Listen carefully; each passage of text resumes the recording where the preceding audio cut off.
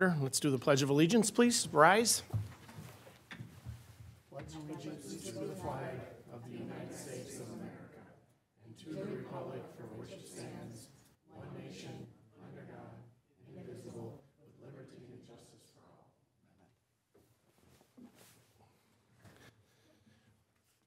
Roll call, please.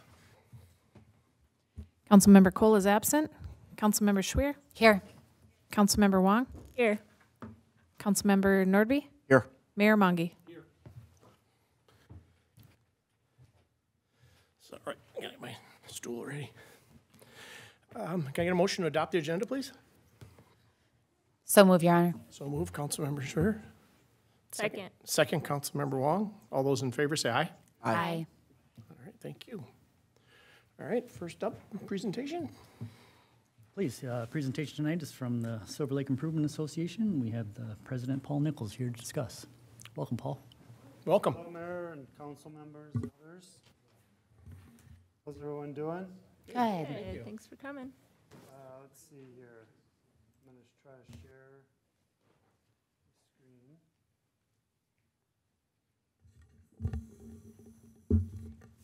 Oops.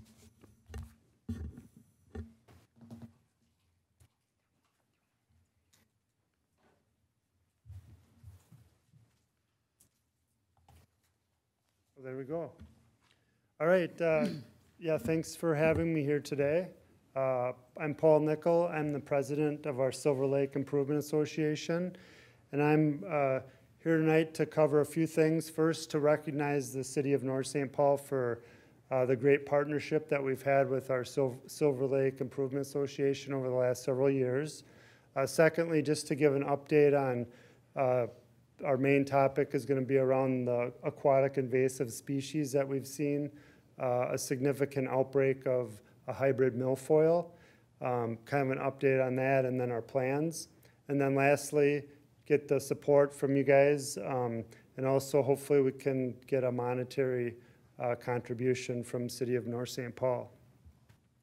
So we have this what we call the invasive hybrid milfoil. It's a combination of northern and Eurasian water milfoil. And this, I have a slide deck here. I have a couple of my colleagues here as well. John Muller, he's on the board of SLIA. And then Ron Youngbauer, he's also a member of SLIA and a resident on the lake. Right.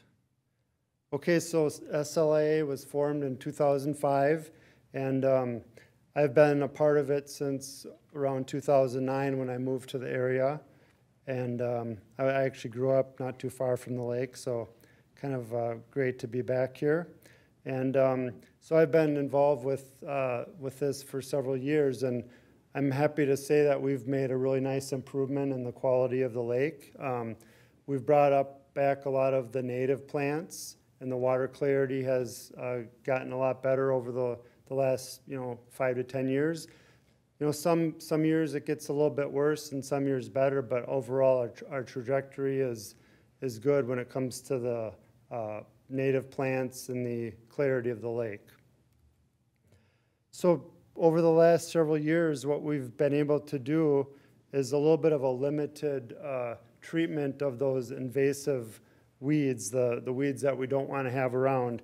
We can only treat up to 10% of the lake by rule, by law. And that costs around $3,000 annually to do that. And the city of North St. Paul has partnered with us for many years on paying approximately $1,000 per year of that $3,000, which has been a huge help. The other funding has come from either the grants that we've received or from our association, our dues and pledges and donations from the members. What we're planning to do here is a one-time treatment, taking a different strategy because this hybrid milfoil has been extremely aggressive. I don't know if you guys have seen the lake this year already. Early in June here, it looks pretty rough. It's very weedy. This hybrid milfoil has really started to grow already this year. It's quite a bit worse than last year at this time. So we had actually plans already to do this full lake treatment last year, but this even more reason to do it this year with what we're seeing.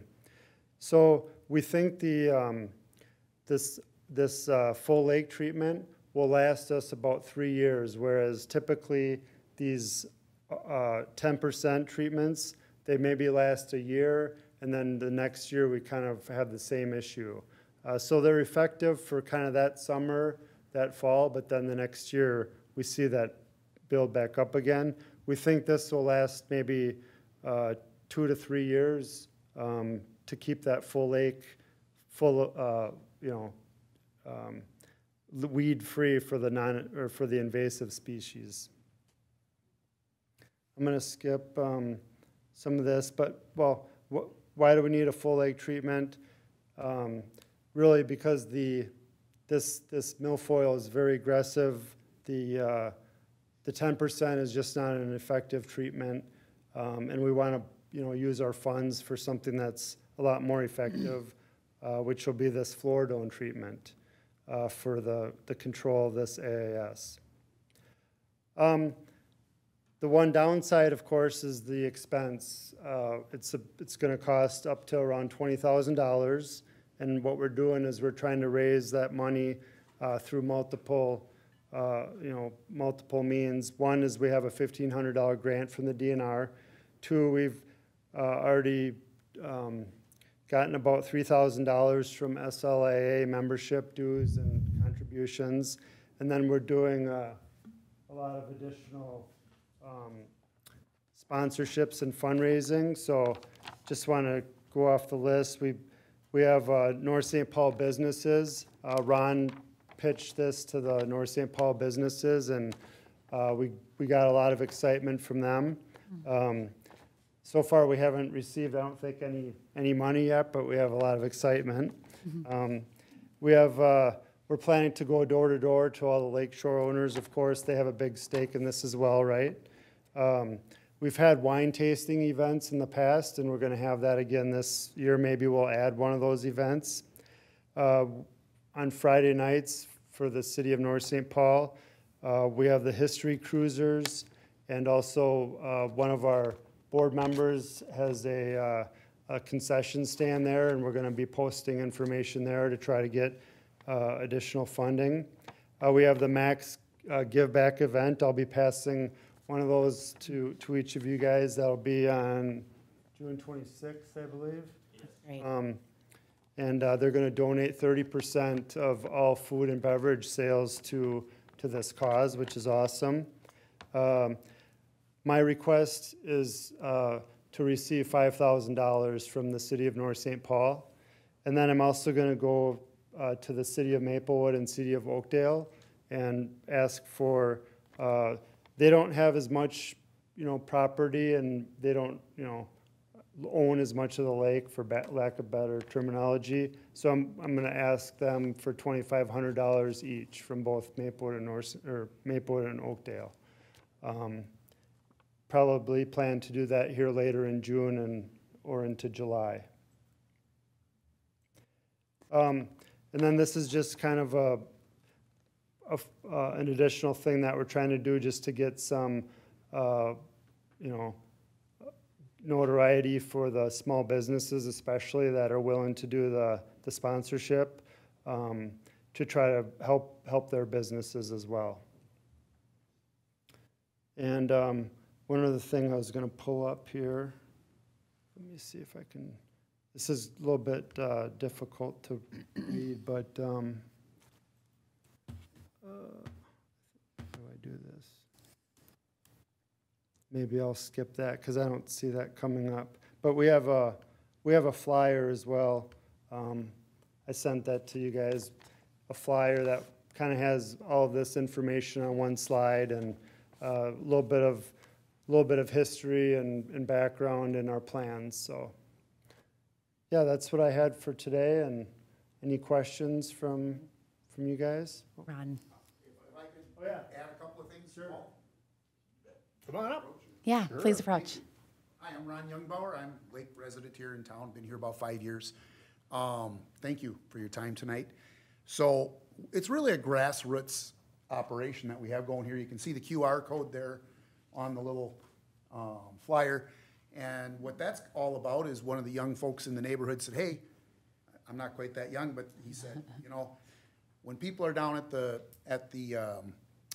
auto show event, he said, you know, if I'm walking, he said, at my age, if I'm walking along and I'm getting a Pronto Pup and a beer type of thing, I see something like that, I go, oh, that's a great cause, flip you $10. So we're gonna work the community that way. That's one aspect. Another is, when I did speak to the business association, they asked me to come back and brief them on our progress each month. And so, as Paul says, we don't have anything in our hand today. I had 2 different businesses tell me, come back and see me, I'll get you $1,000 from 2 different business owners. So we got that in our pocket. We have one of the ladies along the lake knows somebody from I haven't been here that long to know, but there was an organization that raised money for lifeguards for a while along at the beach. And they evidently aren't doing that anymore, and it's Green something. I apologize for not knowing the full name, but. Laura Greenlee. Oh, okay. Laura Greenlee Carb. Okay, and I'm so. assuming that's what. I believe so, and Yes. so they had $1,800 in their kitty, and they pledged that they're gonna send that on over to us, because they're about done with what their mission was. Oh, that So, I guess what we're here to say is, we are building momentum, we are building steam. Whatever you guys, as a city, whatever we can do as a city would be awesome to help us. We really feel we're gonna get there. I've also contacted both the state reps, Lilly and Fisher. I've contacted State Senator Zhang, and gonna stay on them and see if there's anything they can do to get the DNR to maybe twist, you know. I asked Alexa the other night, Alexa, how much money does the state DNR have in their budget? A staggering $1.1 billion. So we've sent them letters and said, hey, if there's anything more you guys can do. And again, the treatment is gonna take place in the fall of 2023 and in the spring of 2024. So there's two rounds of treatments. Yes, that's what we get. We get that for straight. that 20,000, correct. Okay. And And then on your guys' that 10%, that $3,000, is that, do you circle around the lake and then just keep going with that 10% So typically coverage? what happens is the contractor goes out with our representative Joyce, along with the DNR, and they go around the lake and check for the hot spots, the trouble spots. Okay. And they identify, these are the spots we're gonna treat. The DNR is the one that says it's 10%, period, end of story. The DNR recognizes that we have a big problem on our hands here.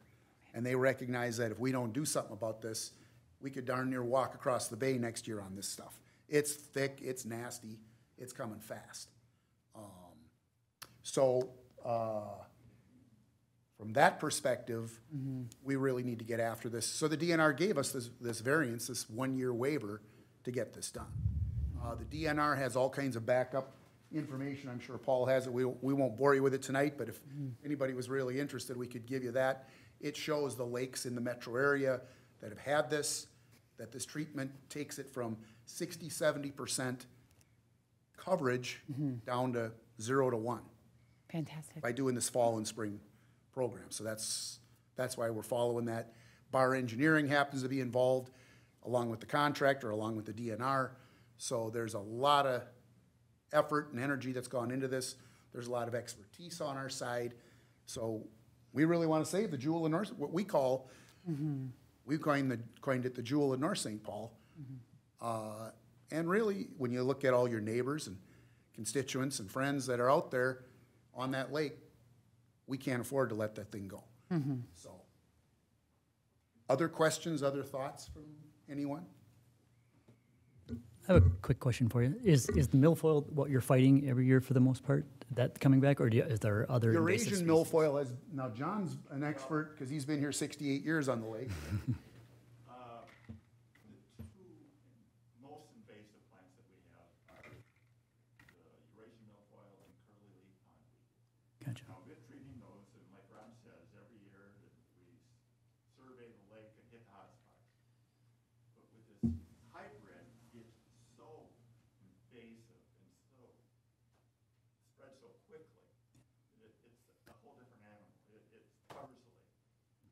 And this Floridone is a relatively new treatment for it. They've done it in a couple of other lakes.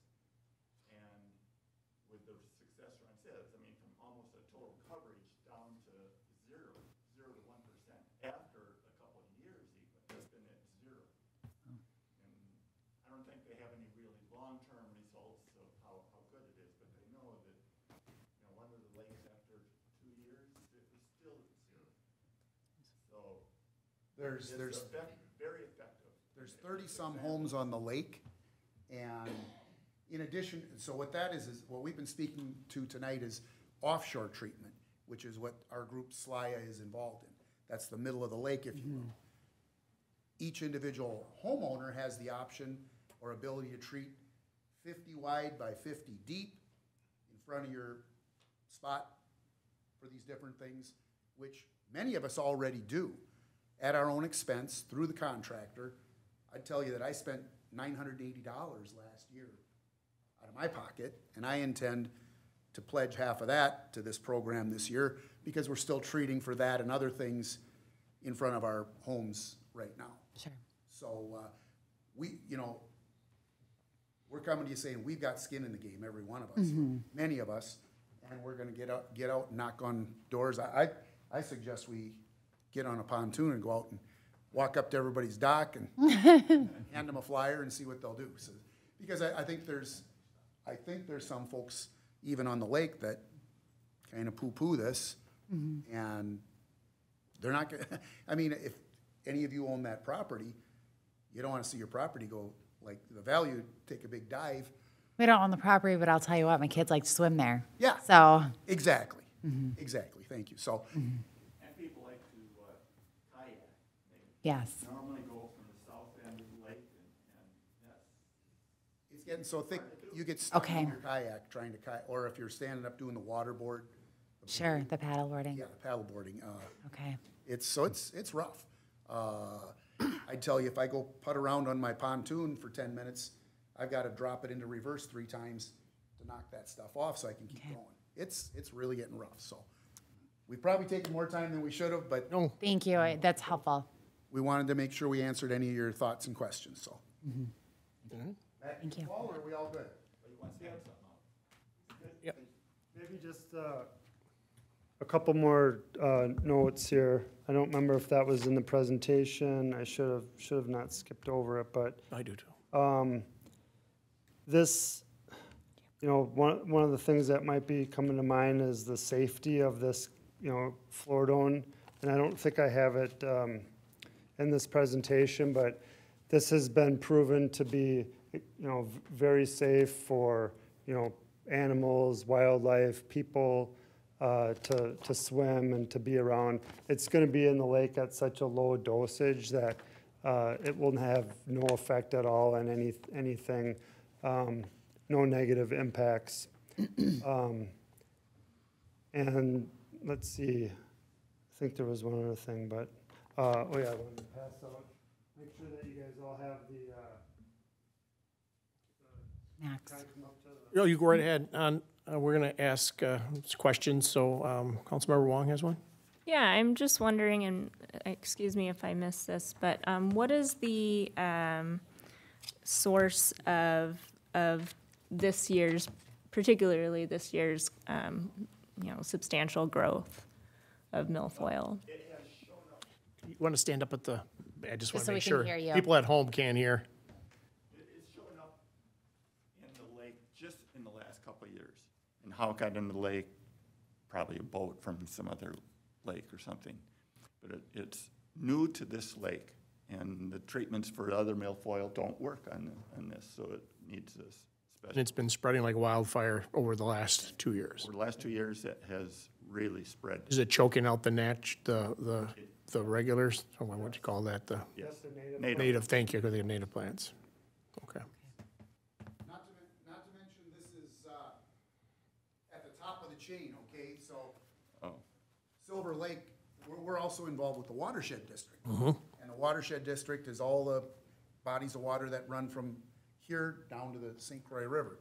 So our neighbors over at DeMontreville, at Long Lake, Lake Olson, Jane, Jane. Olson, what's going on here is flowing there.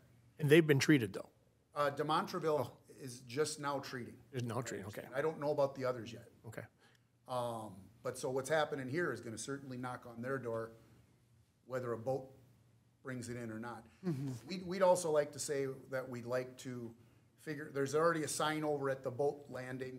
We'd like to update that signage, make it better, make it a current, probably put something along the beach, over in the area where people take their kayaks and drop in. And really educate everyone about this. We're gonna.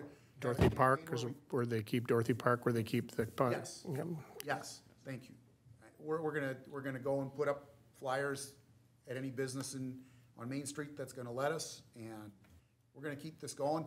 I think there was talk of putting together one of those, like barometers or thermometers like you see for United Way on the website, and possibly have one here at City Hall to update the community on what we're doing. So we really wanna get the community involved in this. It's not a problem to just lake owners, it's a problem for the community. And hopefully we can all solve it together. Great.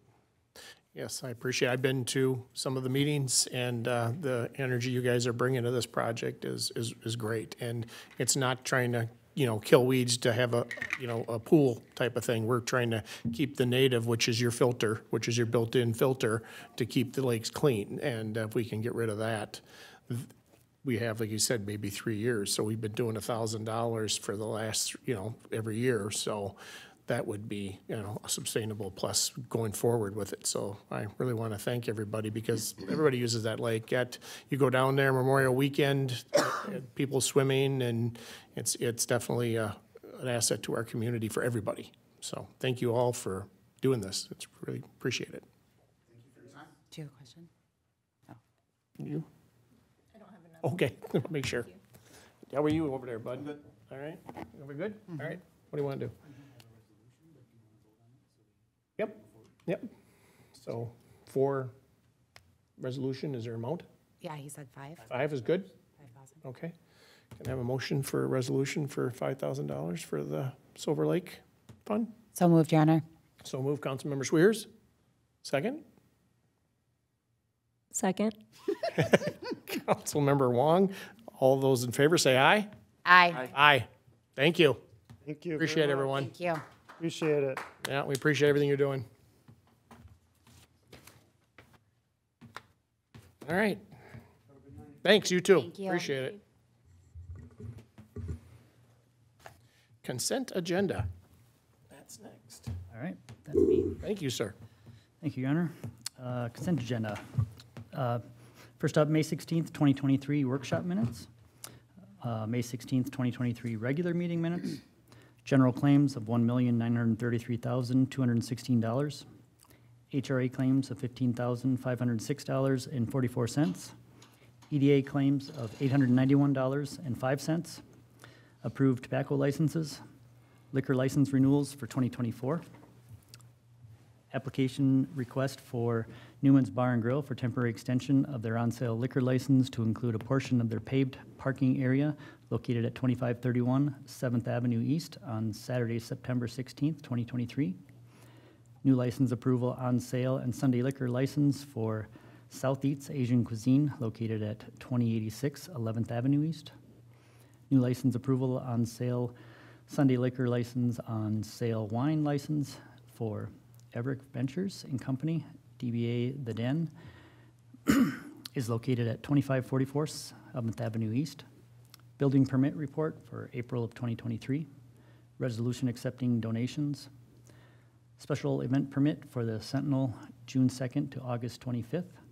Special event permit for Trenton Hawthorne Kick Hunger for North St. Paul Food Shelf, September 24th, 2023. And a resolution approving firefighter declaration on dual position. Anybody want to pull anything out of these? May I pull H and pull J and O. H and O. Okay. And some of them are just comments or questions about process. Okay. Sounds good. So that's going to be moved to our discussion then, correct? Please, And we vote with those three out of it to accept the rest? please. Okay, hey, I'm getting the hang of this. All right. Move to accept the amended agenda? Oh, I like it, yeah. So moved? I'll move. Councilmember Schwiers. Second. Second. Councilmember Wong. All those in favor say aye. Aye. Aye. Thank you. All right. Now, the next is public hearing. If we, nope, I miss it. Oh, we're going to move on to those three right away? Open, that's what I meant. I'm sorry. That's what I meant to say. I went up. Open to the public, 3 minutes, please, for content. We have David Nelson.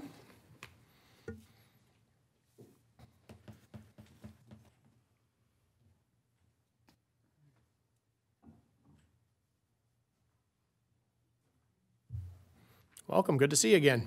Yeah, it's probably going to take longer than 3 minutes, but I've been a master naturalist for 17 or 18 years. I've been working at Southwood 18 or 19 years. I was on the Park Commission, probably on the 19th year for about 5 years, and they signed everybody a park. I got Southwood. Our daughter's federal wildlife biologist. She come through, she says, Dad, you got to remove this, and this is all invasive. So that's what we started with. The first thing we started with, my wife and I, we paid for the information center right on Holloway there. That was out of our pocket. And then we started cleaning out the garlic mustard, the buckthorn, and Mike Keene, he's been down there probably 13 or 14 times helping us. We had giant Japanese knotweed. That's what it's called, but the nickname everybody calls it bamboo, because kids were cutting it off and throwing them like spears. We cut that off, and then another gentleman come in and help treat it, and which by accident we found out how to treat it with four other master naturalists down there working. We just found it by accident. The lady fell and knocked some plants over, so rather than cut it, the guy just treated where it split, like bamboo. When you split it, it breaks out. Well, that was killing it. And we've been working on, when I was younger, I could put in 9 hours pulling buckthorn, hauling it out. At first, we got the people around the area to come and help volunteer. That was great. Everybody was down there pulling buckthorn. At first, they complained we're pulling buckthorn. After we got it cleaned out, that's the greatest thing. We can see the animals or the geese and everything in the water area. We can see across. And when Keith Satowski was here, we had the urban forester from the DNR come out, and he walked the whole 28 acres with us. And he says, this is a dying forest. It needs to be planted now. And thanks to the city, and that we put 25 plants in. I watered them 3 years in a row. Each week got 5 gallons of water. And that I hauled it around. Then I sold my tractor, so I had no way of watering them anymore. But now the trees are dying. They're falling in the pond. They are falling here and there. They're all over. They're landing on the trees that that the city planted. And we're trying to build it back up to what Henry Castle saw when he pulled into town. He rode into town on a horse. He had to stand up on the stirrups in order to survey the land before he bought this whole area before it became North St. Paul. Yep. And What would you like the city, pardon? what would you like the city? Okay, the trees that are down, I'm looking at a fire hazard. You can have it just like in Canada, and you got houses right next door. You want the fire to start there and go to the houses, there's dead trees all over and branches.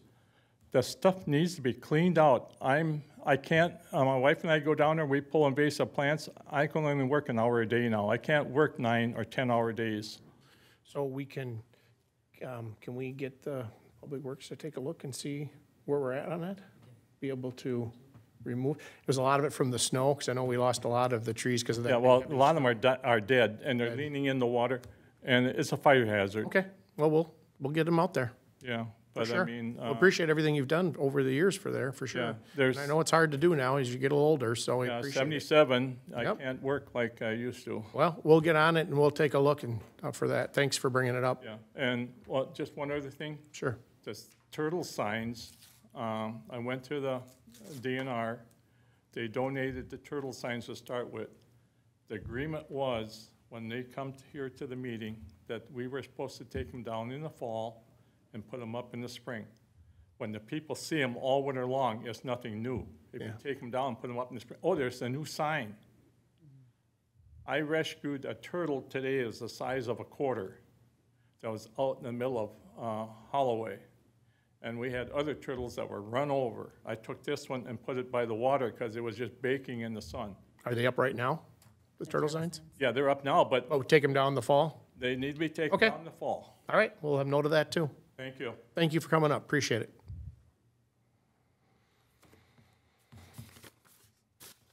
Mr. Small?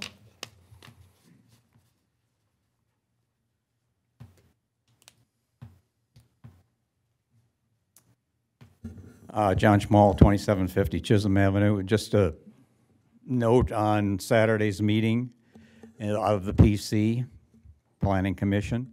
You put Brandy in a heck of a position of trying to make a silk purse out of a sow's ear, you know, when you have no facilities, no mics, no nothing. It was down to when you wanted to make a comment on the public hearing, it was speak to the computer. Yeah. I just have never experienced anything like that. Please give people who have to run these meetings some backing and have individuals on call or something to run mics, to run what's supposed to be done when you have a meeting. It was terrible. Thank you, appreciate it. All right.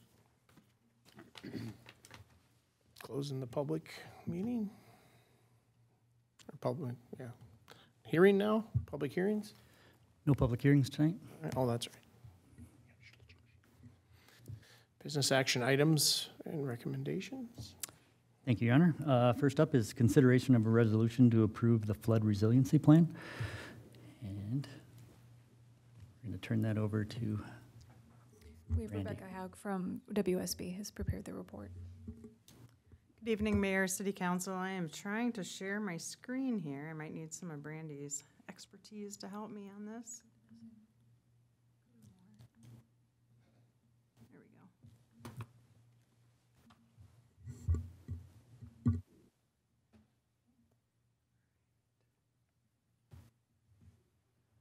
There we go.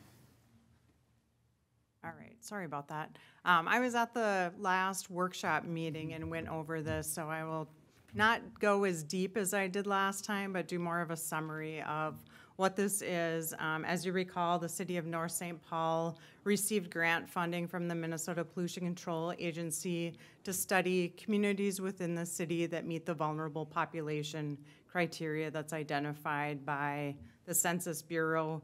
And it was to develop a climate resiliency and vulnerable population projection and flood prevention and mitigation strategies report.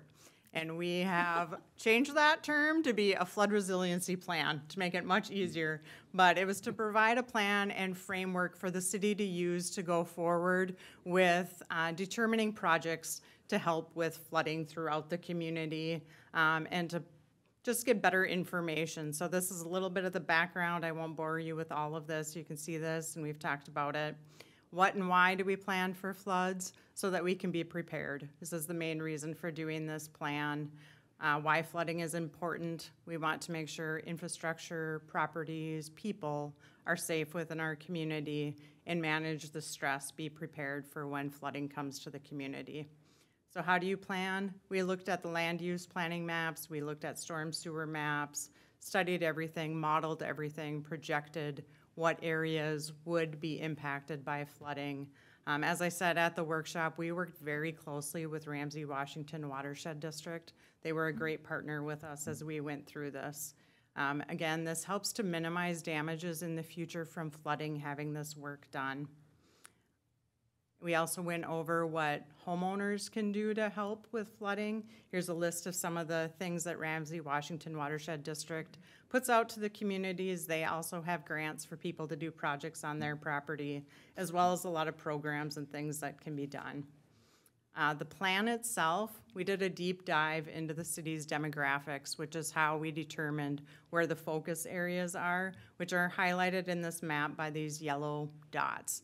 Those areas are what were shown as being high and susceptible to flooding when the city experiences flood events. There was a lot of outreach as part of this. We had a website, it's still up. The survey is down, but people were able to complete a survey. We had an open house in this room. We had about 13 residents show up. We mailed out about 100 postcards to try and create awareness. I also gave a presentation at the Business Chamber event to try and, again, create some awareness behind this and get some support. So again, here's a summary of the open house. Homeowners did put red dots where they lived. A lot of them are in different parts of the city than where the focus area is. So that's something to address in the future as we're going through studying and assessing the needs within the community. So the report has long-term and short-term initiatives and projects that can be done, which are listed here and are in the report. The other great benefit of having this now is the city has a much more up-to-date stormwater model than it did. And so that will be very beneficial as the city looks forward with CIP and doing improvements, as well as having this plan sets the city up for additional grant funding, especially if we partner, if the city partners with the watershed district. It will weigh, you'll get a lot more points having this work already done to be eligible for grant funds. Next steps is this evening for the council to approve a resolution, and that this will then get submitted to the Minnesota Pollution Control Agency for their final report. They may have comments, recommendations back, but this was going to be a great resource for the city to have. And with that, I'm open to answering any questions you may have. Anyone questions? Typically, how long do these reports last for? Is this a 10-year report? Is this? A lot of times I would look at these as 10-year reports, especially with the changes in our precipitation patterns that we're experiencing. The other thing with the watershed district is they're constantly updating their model. So I would recommend that the city follow along and update its model now that you have an updated one. But then the plan, as you work through these short and long-term goals, you'll need to reestablish new goals for going forward.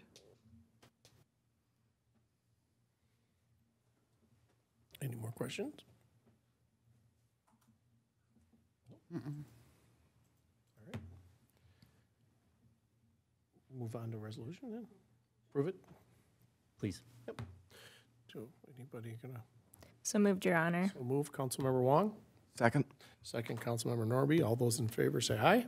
Aye. Aye. Thank you very much. Thank you. Appreciate your work. Thank you. So next up is the consideration of a resolution to approve the PUD amendment to the Lilly redevelopment project. And our Community Development Director, Brandy Howe, will address that.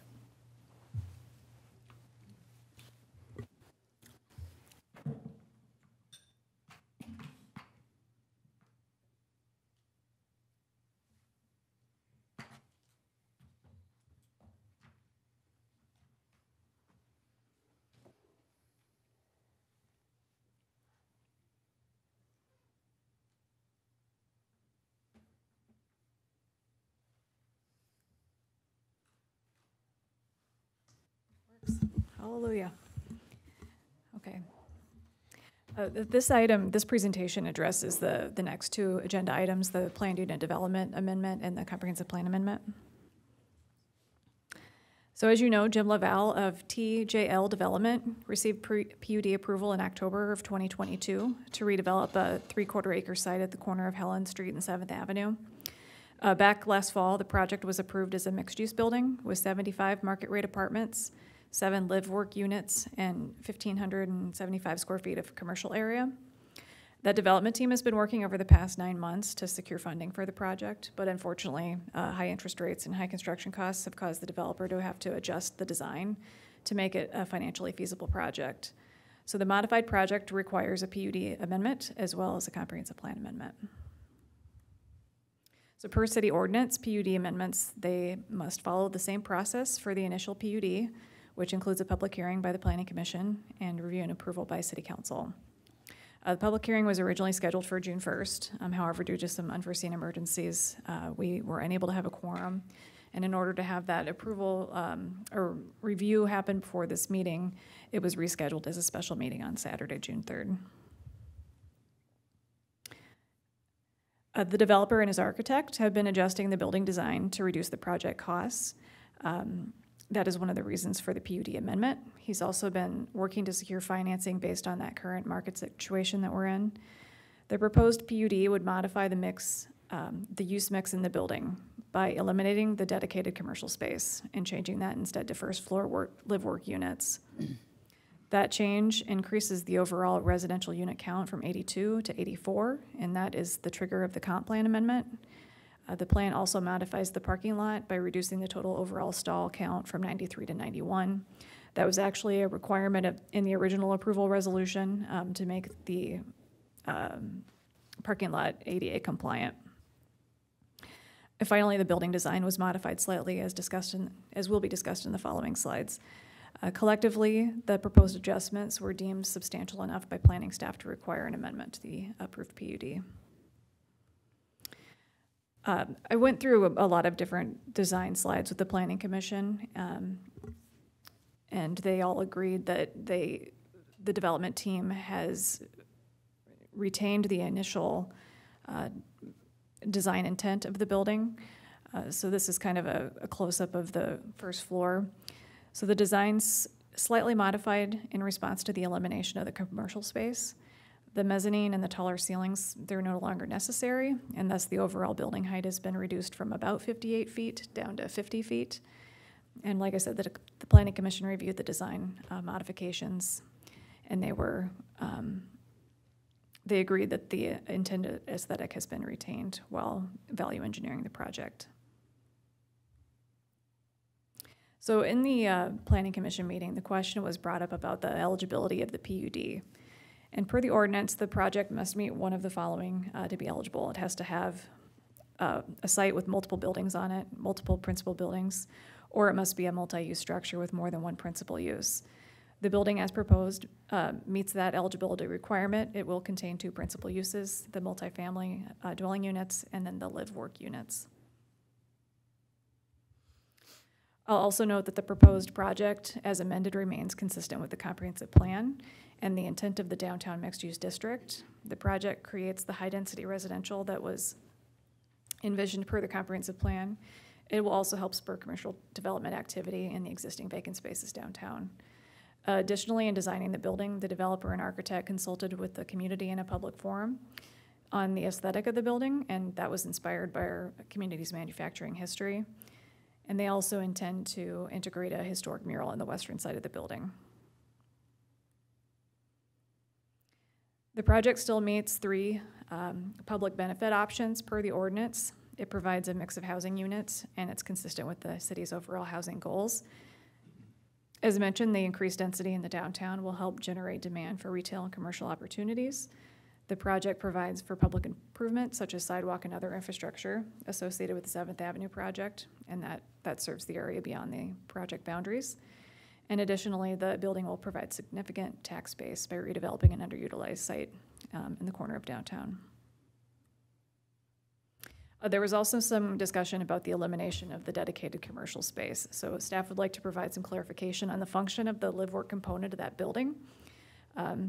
That the opportunity for retail will remain, or commercial businesses rather. Those units located along 7th Avenue, they will have the ability to hold businesses. Instead of 7 of those, there will be 9, and they can have any number of retail or service uses, with the exception of commercial food service. So a restaurant wouldn't be allowed in those. The ordinance does require a separate entrance for the business from the public street, which is proposed, and a separate entrance for the dwelling, and there is an internal hallway for those. So the project complies with both of those requirements. Note that it is staff's interpretation that those units are designed as live-work. They're designed to be flexible, so if the market doesn't exist for a business perhaps, then it could be fully residential. The comprehensive plan amendment, as I mentioned, is necessary because of the increase in the dwelling unit count. At 84 units, the site would exceed the density allowance for the site, which is 110 units per acre. So just 2 additional units jumps it up to 114 dwelling units per acre. So the proposed comprehensive plan amendment is, it addresses the city overall. The density bonus option is proposed to be a site-specific bonus of up to 130 units per acre. The amendment will recognize that in certain situations and upon accepted criteria, the city may allow a density bonus of up to 130 units per acre, depending on the site and depending on the project. This modification will allow approval of the current project to go forward, and any future site considered for density bonus would require another map amendment, and then it would also require extensive engineering analysis and scrutiny by Planning Commission and City Council. So at the present time, the amendment is being prepared specifically for this project. So as I mentioned, the Planning Commission considered the proposal at the public hearing on June 3rd. They unanimously recommended approval of the proposed PUD and comp plan amendment. Overall, staff finds the project to be to help fulfill the long-range goals for the housing and redevelopment while providing high-quality project in the area that is currently underutilized. So staff also recommends approval of the proposed PUD and associated comp plan amendment. And with that, I can take any questions.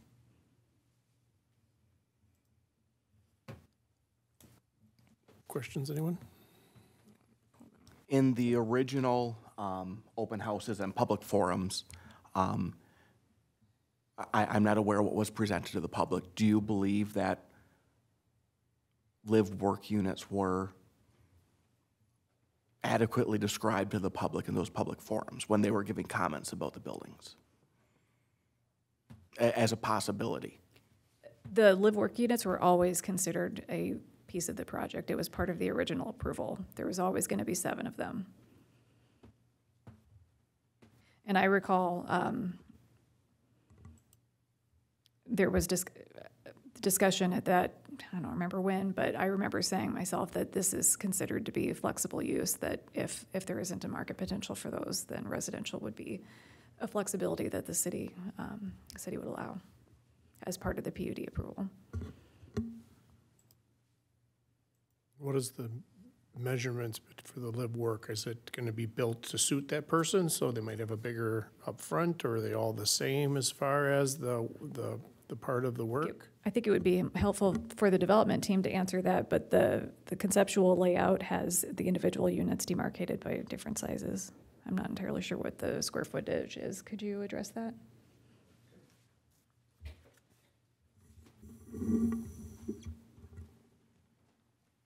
Welcome. Good evening. Good evening, Mayor. See you. Good evening, No. council members. I'm Jim Lavelle. I'm with TGL Development. This is Jeff Reedy. He's with MGD Design. Welcome. We're excited to be here, and hopefully we can explain in detail what you're looking for. The live workspaces are varied in size. Okay. I think there's 1,100. Yeah, there's we have three larger, 3 medium and 2 smaller. So They range in sizes from, the biggest one was like 1,200. Yeah, 800 to 1,200 square feet. Total, live and work. Yeah. Yeah. So that answers your question. No. the commercial space was a big deal on my end. When it's a live work space, is it specific? So when she says specifically, sorry, Brandy indicates that it's specifically you cannot have restaurants in there. That's essentially what you can have. What can you have? Can you have a bakery? Can you have a coffee shop? Can you have a step below a full service restaurant? By code. I'm looking to see what the code says. To defer on that. Sorry, I don't know that. Thank you. The code says commercial food service requiring a license would not be allowed. So if you're serving anything, really anything, you have to have a Commercial food license. Service, I interpret that to be restaurant. So Anything food packaged related. Packaged food would be acceptable, like a coffee shop that would have packaged sandwiches and. I think that would be up for interpretation. Well, anyway, just with some restaurant history, I presume that you could have a coffee shop. They would have a bakery to be your delivery person for those. But I'm not code, so I don't work for foods. I don't do the compliance, so. Just off the cuff here, I would say restaurant, no. A corner shop selling prepackaged food where nothing is being prepared on site is probably okay. Councilmember Schwer, what qualifies as a restaurant actually gets pretty granular at times on some of this in terms of how the food is served, how it's packaged, things like that. And even if it doesn't look like your traditional restaurant that you'd sit down and order food at, it may still need a restaurant license. So, I mean, it's almost it's a very hard question to answer right now without knowing exactly what it's going to be for sale. Okay. Because Brandy, as I understand it, it's the licensure that trips the requirement. Did it say if it's a licensed? The language, as I recall it being stated, is commercial food service with a business license.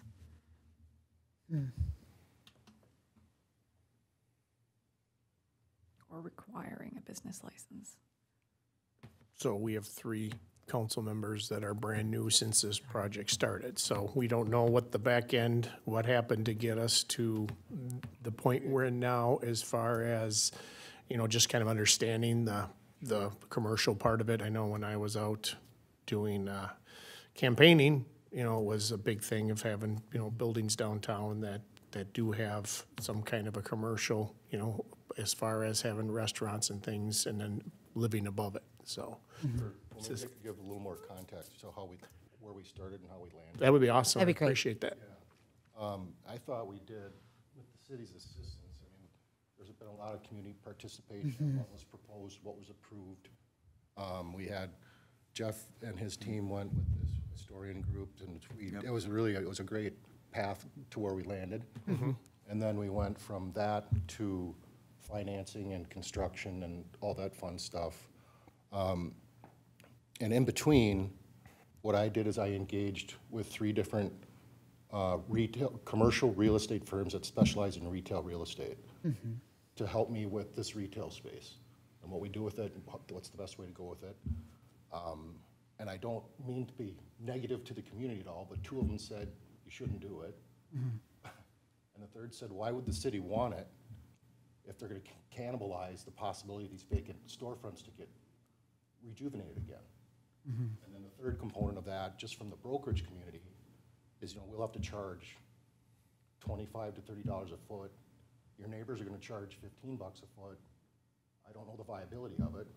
So there was that dialogue, right? And then we went to the lending community. We went out to 5 banks. Sunrise Bank is the lender that was most aggressive, and the other banks were really didn't even want to lend us the money. Their underwriting team said, we're not going to give you credit for that retail part of the building on an income stream, which equates to a value loss of about $800,000 to $900,000. And then coupled with the construction costs that have increased over since we started, we made different changes to the building to make it more financially feasible. That's how we landed where we started and where we landed. So that 8 foot, you just pretty much took the 2-story first level and dropped it to 1-story first level, correct? That's how you got your 8 feet down. That's about the. $1.5 million to do that. Right. For the live work is 8 foot, I don't even know what we got in here. Oh, the ceilings will still be. It's about 12, isn't it? Yeah. Oh, they're Ceilings, 12. the ceilings in the dwelling units upstairs, 2 through 4 will be 9 feet, and Yeah. downstairs, They're 12 feet to the 12. underside of the precast. Oh, good. So it just still has a little bit more space It does. Volume space, yeah. on the first level. So hopefully that was short, but kind of sweet to the point. Where we started. Do you mind if I speak a little bit about meeting with the Historic Society? So the first thing we did was we sat down with the Historic Society, and we did a field trip over there. And we went and we looked through a ton of pictures of the old buildings in town. And we settled on a look from one of the buildings where they were building pianos and organs, which then in fact turned into downhill skis. And so that, one of those buildings is what this building looks like. And it's a fantastic interpretation of that. The brown brick facades of these buildings right here take elements off of that design. The limestone base, the brick, the arched windows, the cornice work and things like that. And then we coupled that with other industrial features that you have in town here, and we came up with more of an industrial feel for the corner, which has the very pointed deck and outdoor patios that are pointing right at the corner of Helen and 7th. So we're really proud of this design. As you wrap around to the backside, we've incorporated some, like Brandy had said, we incorporated some historic photographs into the glass of the building. And there's because Sepulveda was a trolley line. And so we have a historic picture that is 12 feet tall of a trolley in the back, right on the corner of Sepulveda and Helen. So we're very excited with the design. As far as the live work is concerned, I'm very passionate about this because those are the spaces that I needed when I started my firm. I started my architecture firm, it was just me and another guy in the basement of my house. And if we had something like this, these are really incubator spaces that are going to grow businesses. My business is now 30 people, and we outgrew my house very quickly. And now we take up 4,500 square feet in St. Paul. But these spaces right here are going to be the incubators that are going to populate the rest of Main Street as they outgrow these smaller spaces.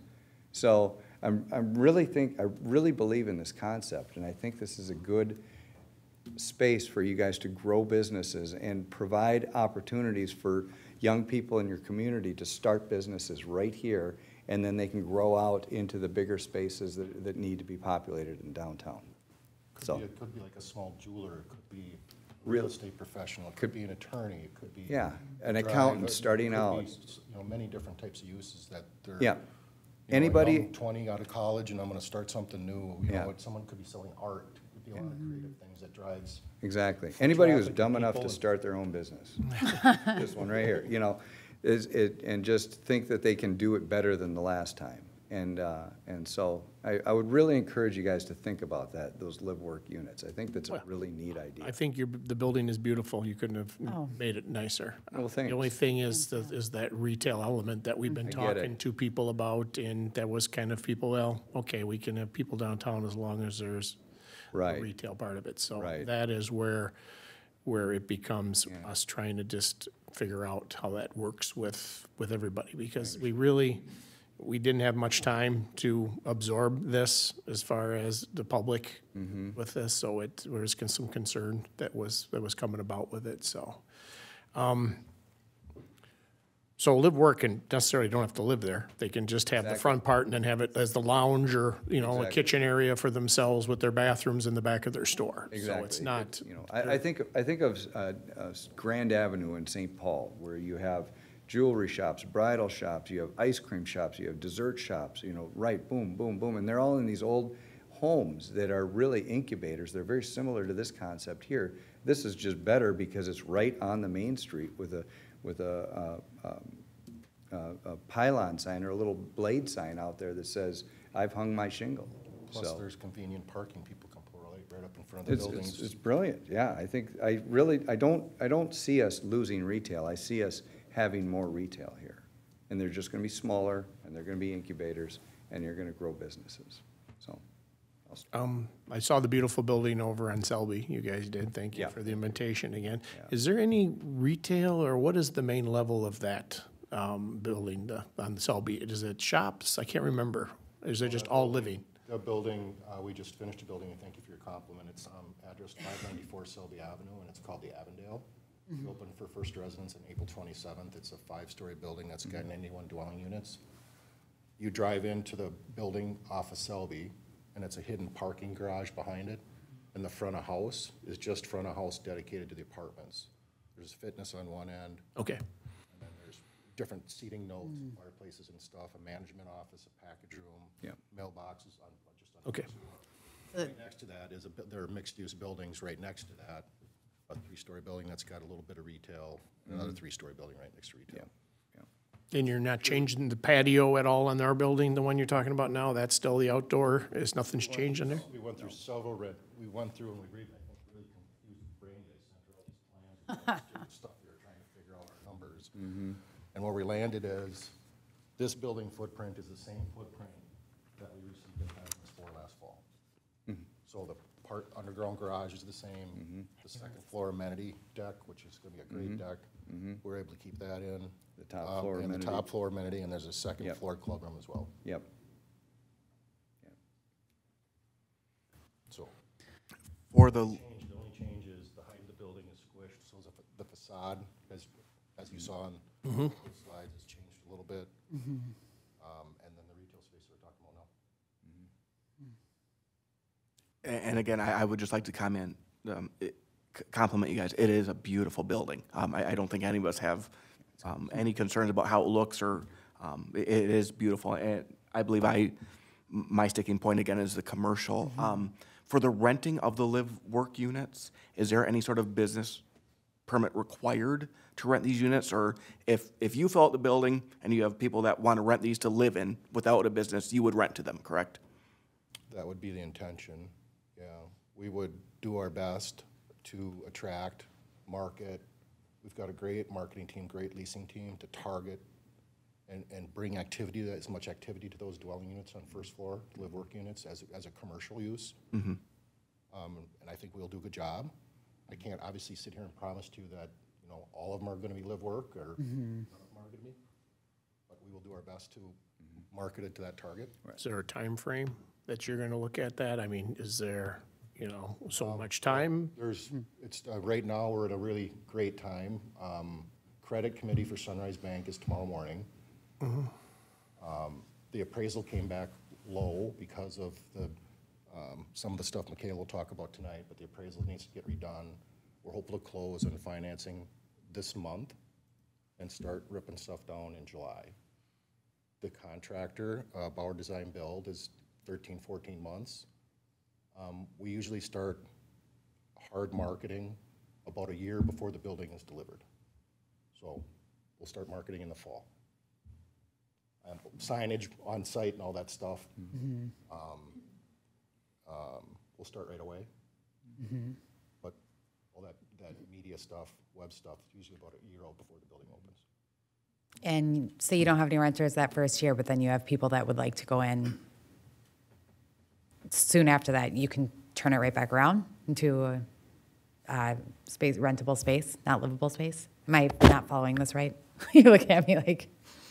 No, I don't know if I understood. So the biggest concern on, I believe, everyone's forefront was this commercial space that draws in and attracts our city right now. And if we're turning it into a live workspace, I guess my biggest thing is I'd like to see stores down there.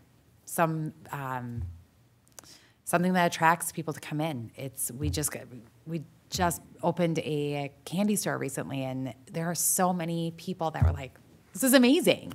We want people like that to come down and say, oh my gosh, I can't believe there's this new ice cream store, which now, quite honestly, I don't think you can have one because of the commercial space being removed. But we want the excitement drawn in, and that's where, for me, it's hard. It's a gorgeous building.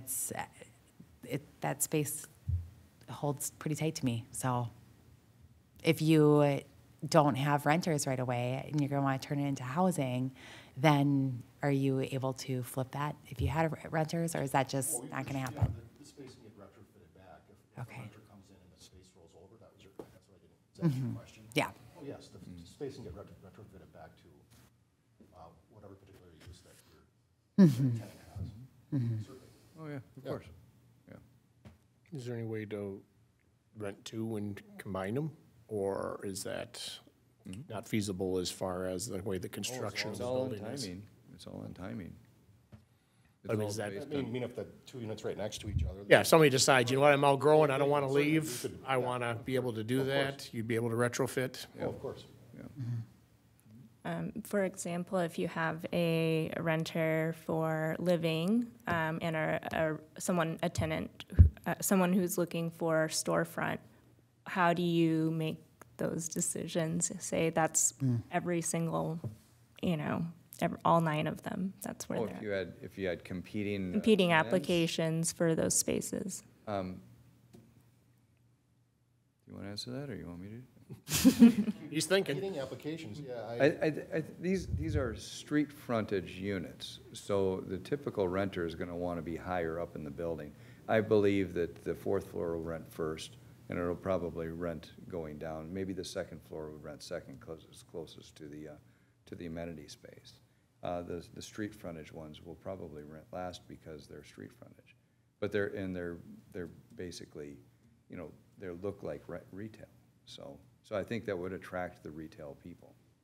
And if we had competing proposals, I agree with your comments. We want a vibrant a streetscape. We want a vibrancy to the whole 7th Avenue corridor. And driving that vibrancy would be active uses.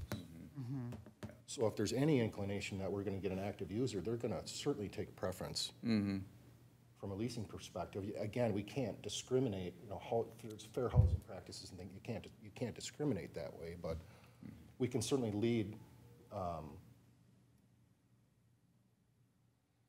lead preferences and get those active uses downstairs without diminishing upstairs too. Well, it's all in marketing too, how you market those spaces.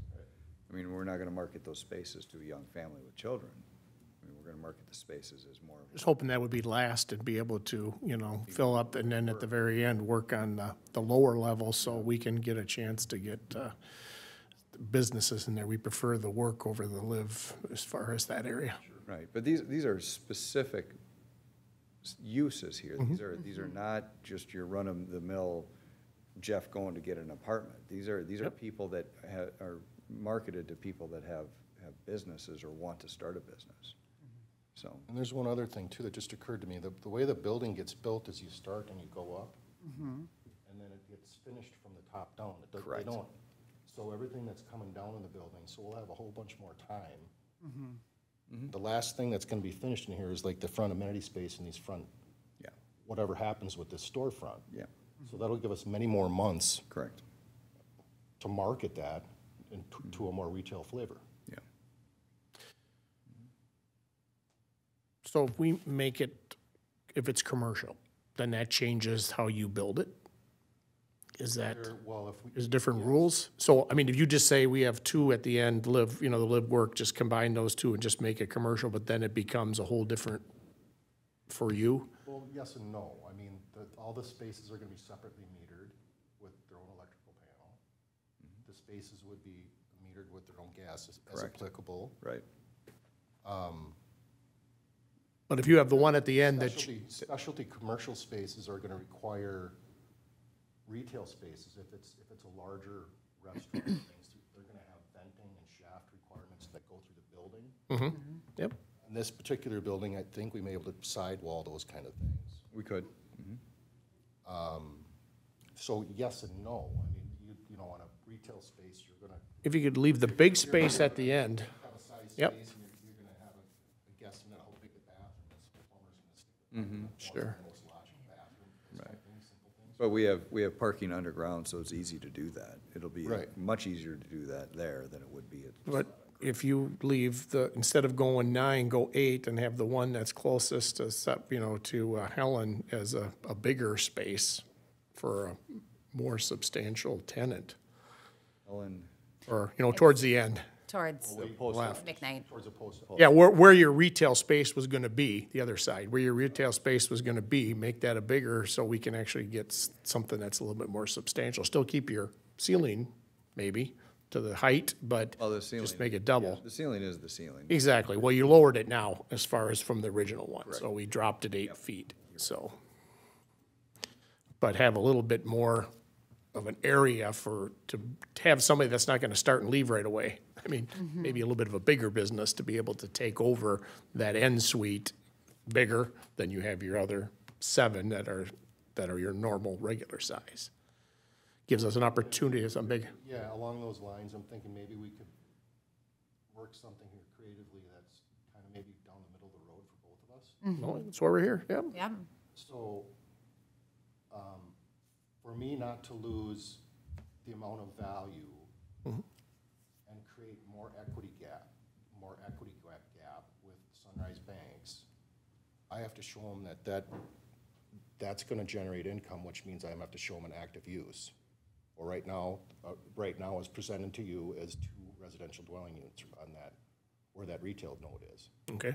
But, based on timing, if we truly market that space as retail space, true retail space, restaurant space, something along what you're asking, for a period of time, a definite period of time, we'll say a year, or something like that. We will not build that space out as residential dwelling units during that time frame. I'll hire a third party. It'll either be JLL, it'll be CBRE, or Upland Real Estate Group. I'll hire a broker. We'll have signage. We'll start doing it right away. We'll put signage out on sites. There'll be web presence. We'll market it as retail space. But if it doesn't come to fruition within a year, can we still do the 2 dwelling units? My mind, I think that's fair. I mean, that's I think down, that- yeah. down the middle of the road, and It is, because that's it's, fair. you have to make money. We're trying to get, but we have to, I think it's a fair, as long as you're willing to market the hell out of it. I will make sure who I hire does. Did you provide, I'm gonna hire, those 3 groups are the best retail groups in town. Okay. would you be willing to provide updates to us? Sure. Yeah. If you want email or you want us to come in, and I'll bring the brokers in and we can tell you what's going on. I've done several retail buildings. It's simple as a monthly report or bi-weekly report. Here's who the email blast went to, or here's whatever. Here's all the people we sent it to. Here's the responses. So it's track every deal just like that. Perfect. So we'd be happy to do that. Well, 100% disclose who we've talked to, who we sent it to, what the responses are, what the action items are, et cetera. We can do it as an alternate. We can draw it up as an alternate. to me, that's fair. It gives you time, and, if the market doesn't dictate it, then you have an option, but hopefully we can get it in there. Because literally, if I go to Sunrise tomorrow or tonight and tell them that I need to have that as retail space, I'll play a little game. I'm not gonna tell them. Yep. Right? But if I can replace that income, I'm not gonna get banged for another $800,000-900,000 with their equity. Because that's what it'll take. And we've got all the equity right now we're at a minimum return. If I have to bring more equity in, that return goes down, and some of that equity will probably go away. It's fair. I understand that. No, I get the exercise we're going through. My concern is, and this happens every time we bump up against deadlines and things like that, is if we've come to an agreement that everyone's comfortable with, you can live with the year, it gives you guys the opportunity. I was just trying to scroll through the documents to make sure everything's reflective in that. I'm not sure we're quite there on this. So I guess, depending where the council shakes out on approval on that, we may have to modify some of the documents a touch. But I think we can, It would be as simple as it being in a resolution. yeah. That's what I was thinking, is that we would make a motion to modify or approve the resolution as modified with this. Right. Yeah, I'm just saying, as we sit here right now, it's not, Brandy, correct me if I'm wrong, but I don't see it drafted consistent with what's being compromised right now. No, this is a new idea that would need to be Yeah. included. So the approval could happen tonight. We'd, amend the resolution and authorize the mayor to execute it. But you'd have to decide whether you want The condition is somewhat unique. This whole start out for a year, market, come back, do whatever. So if you want to see the actual language of the resolution, you could authorize it tonight and we bring it back to you for approval. Or staff drafts it and just you guys authorize the mayor to execute it after that. I'd want some direction on that. I'm not a big fan of, in my lane of things, of kind of drafting these things on the fly right now. I'd like to sit down and take a look at it, but so we can either bring it back to you or you can authorize the mayor's signature based on the revised document. But conceptually, I understand what's being proposed. I'm following you. I've been here just as much as everybody else that's been here, so you kind of got an idea. Well, no, I haven't been intimately involved in the project, but I know Brandy's been working on it, and I've seen some of the final documents, so I get it. Okay, I think, to my mind, that's fair. We're gonna hit it hard and do what we can do. Anybody else have any concerns? Yeah, I guess my concern is 1 year. I'm wondering if that may be just a hair too short because the economy is a little bit unsure, unless there's a way we can say we'll really try to at least fill 25% of those, with commercial within 2 years or something, whereas the other ones, we would like to have that advertised as commercial, but maybe after 1 year, then that component would be eligible to be switched over to living. Does that make sense? So let me just, the previous plan that was approved by the city council had 1,575 square feet of retail space. That is now 2 dwelling units. So we're gonna market that space for a period of 1 year. And then you've asked for an extension on that, but then you also referenced the other dwelling units as well, the other units on the first floor? Is that correct? The live work units? Live work ones? I don't know that I can agree to that because our lender's gonna require even more equity. I need to show them I have land use approval secured for what financial performance they're looking at. And if I come back to them and I say that this whole first floor is gonna be marketed as retail for a period of 2 years, my financing is gonna go away. So I'm sorry, It's fair. Good. That's why we're asking questions. Yeah. Yeah.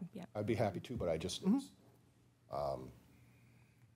we're at right now, one of the metrics that you need to, there's a debt coverage ratio measurement, and the term sheet from the bank is a minimum of 120. Our financial performer right now is 1.25. That's how tight it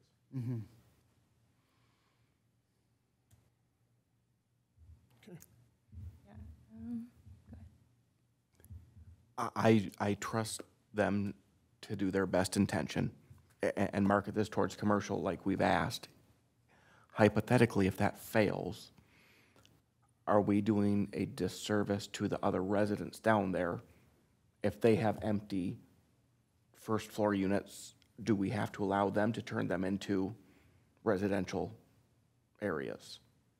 Is this setting a precedent for this is our historic downtown.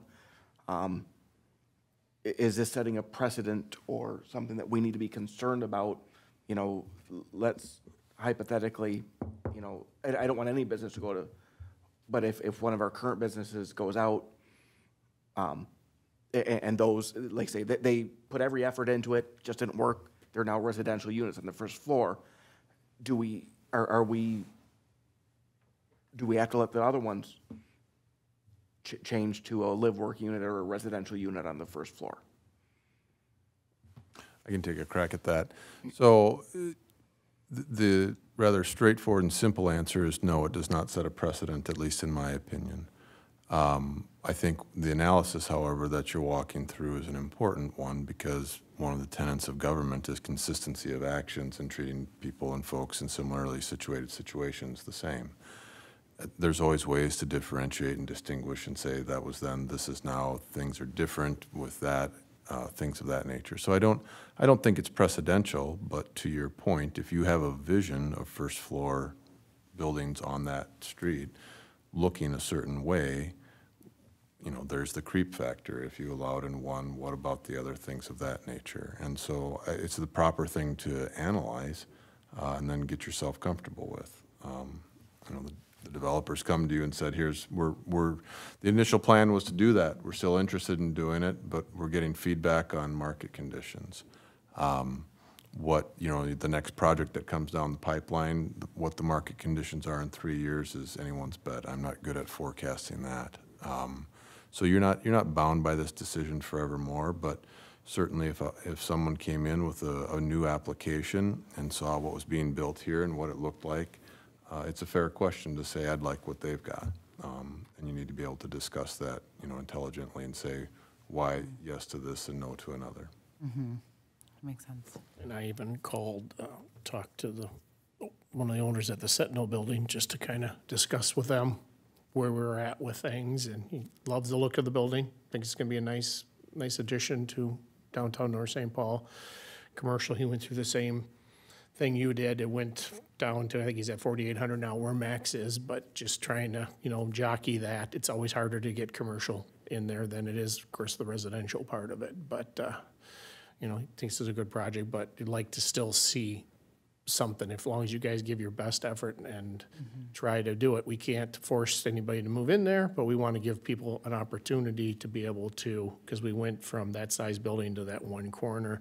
Live, work, I think it's great. I hope we get people that are going to start small businesses, because we need more and more. So we're looking forward to that part of it. But for me, if you're, you know, if we're willing, you have a great project, we're together, we're locked arm in arm. You own the property and we want a beautiful downtown. So, you know, we're at the dance. We got to dance together. So, and that's what we're trying to do. That's why we're asking you is what you can do. And I appreciate you bringing that up and, you know, being able to do that, because we want this partnership to work. We want the best downtown and we're together. So moving forward, I personally would feel comfortable with the year, really trying to market the heck out of that and get something bigger in there. The rest of my colleagues here on the council, And do you have any idea? Clarify? Sure. So it's 1 year for those 2 units that were added. And then the other spaces would also be advertised for commercial initially. Live work. Yeah, Live no, work. Just live work, yeah. Yes, it's gonna be more of a. Workspace. Not, Retail. advertise something that's more creatively. Sure. For an active use than just a residence, right? It's not gonna be just your, it could be more than just your home, right? Mm-hmm. Sell something differently. Right. Okay, yeah, I just wanted to make sure it wasn't exclusively just those 2 units that were gonna be advertised like that, but the duration of time it is. Yeah, 1 and year. I have a question for the future. Let's just look out 10 years from now, because more rooftops in neighborhoods creates more retail. So in the future, if more retail is needed in downtown, how easy or difficult would it be to turn some of these other live works into commercial? Is it as simple as a building permit, or is it more of a, come in and ask for an application? I would say that it would be as simple as a building permit. Okay. Because, you know, my experience is the more housing you have in downtown areas, the more retail you will get.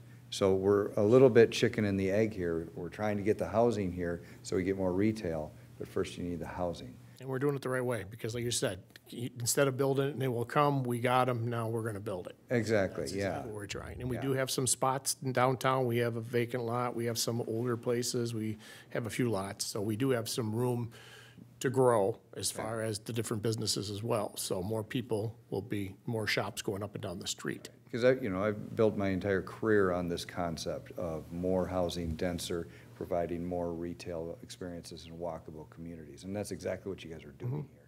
And so that's the basis of the question. Yep, that's a great question. I mean, like I said, I will, hopefully, we'll be able to get all the live work and the retail, and maybe down the line, they'll say, you know what, we're growing, we want to take the one next door and start building out.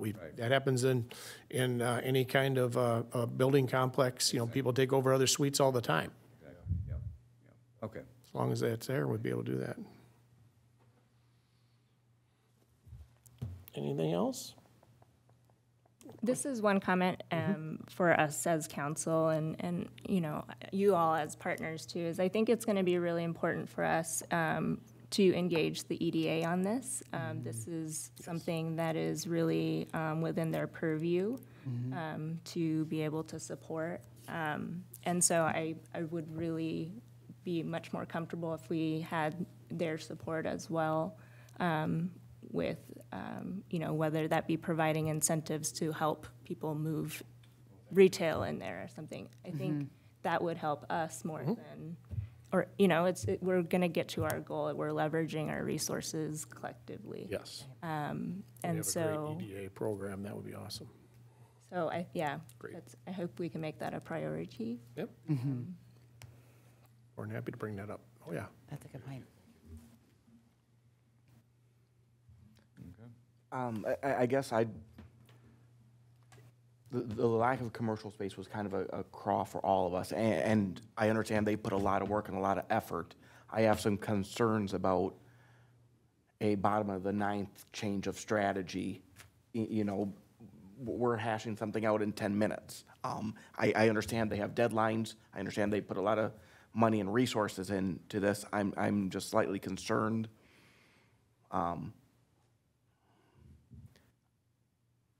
And it has nothing to do with their intentions. Their building is absolutely beautiful. Process. I'm just really concerned about this being a, you know, 15-minute process for this big of a change. Well, we're back up to where we were before we started all this. We have 1,500 feet of retail. We're going to market the heck out of it for a year. So I think we're kind of back up to where we were, if I'm not mistaken. Building's a little lower, but that's so we're kind of staying the net as far as where we were with retail for that. And my understanding is there's going to be some, and there will have to be some changes into the agreement. If what we land on is what's the compromise is being proposed, yeah, we're gonna have to change, slightly modify what's in front of you. But I think what I'm hearing is you need the approvals by the end of the month. Is that correct? We'd like to secure the land use approvals this evening. I understand that. It will only help navigate credit committees, appraisals, and all the other things that need to get redone so we can close this month. So there's two ways to do it. I mean, understanding, I mean, I have yet to meet an applicant that didn't want it yesterday, and I understand that and I want to accommodate it. The language that I've heard is, you know, it makes sense, but it's still a little vague in some respects, the year and then what are the triggers and so on and so forth. So, I mean, those are details that we need to pump into these agreements. So I think, you know, depending on what you feel you need, if you need the signed resolutions, that isn't going to happen until 2 weeks anyway. There's nothing to sign. We don't have that here tonight. So I do think this is going to have to come back to you to just make sure we got the drafting of it right. So if what you want to do is draft a resolution approving these subject to the resolution, I don't know if that helps you or if there's a a motion to draft staff to put together the revised documents consistent with what your intentions are tonight. We'll bring those documents back, but we don't have those documents right now. Could I interject and see if I can? Sure. The approval resolution could be modified with direction to amend the development agreement potentially. So this language could be in the development agreement, because really is it what you need is the resolution of approval that has some contingencies attached to it? I mean, the resolution can come back, understanding that I have dates and other things in my head, and maybe we need to talk through things like that to do the resolution, but understanding that I can go and send an email or a text to my banker and say, we've got land use approval secured. Yeah. I need, you know, there'll be a resolution forthcoming and from the next council session. I think that'll fly fine.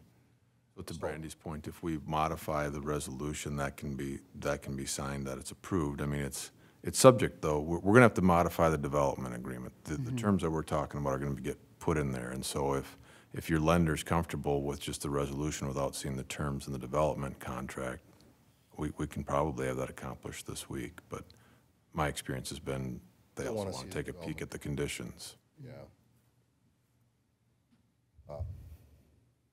I guess more so knowing we have a project as we've talked about tonight, so however we can, if I can just tell them we've got Yeah. a quorum from the council, then. I think so. I mean, I think the point is to be able to, and I'm not trying to interject myself on your side of the equation here, but I mean, if you hear support here, bring back a resolution that gives you a year to do what's been discussed. We'll modify the documents to say that, and then candidly, it should just be a consent item. I don't know if that helps appease concerns or not. I'm just concerned that we can't give you final documents with our vote tonight because we don't have them before us. Okay. So we could vote to approve it subject to bringing those documents back, but they're still going to have to come back. That would be great if we could do that, subject to. Documents from, Well, to Brandy's point, the development contract does not contemplate what's been discussed tonight. I'm not in a position to draft that right now. So it's going to have to come back to you for approval. that makes sense. So we can certainly adopt the resolution that says we approve the project subject to a revised development contract, bring it back, but it's coming back. Okay. To be clear, the mayor does not have the authority to sign the resolution with one additional contingency, that they have a revised development contract. Well, but it's a critical term to the contract. How do they know what they're approving right now is my point.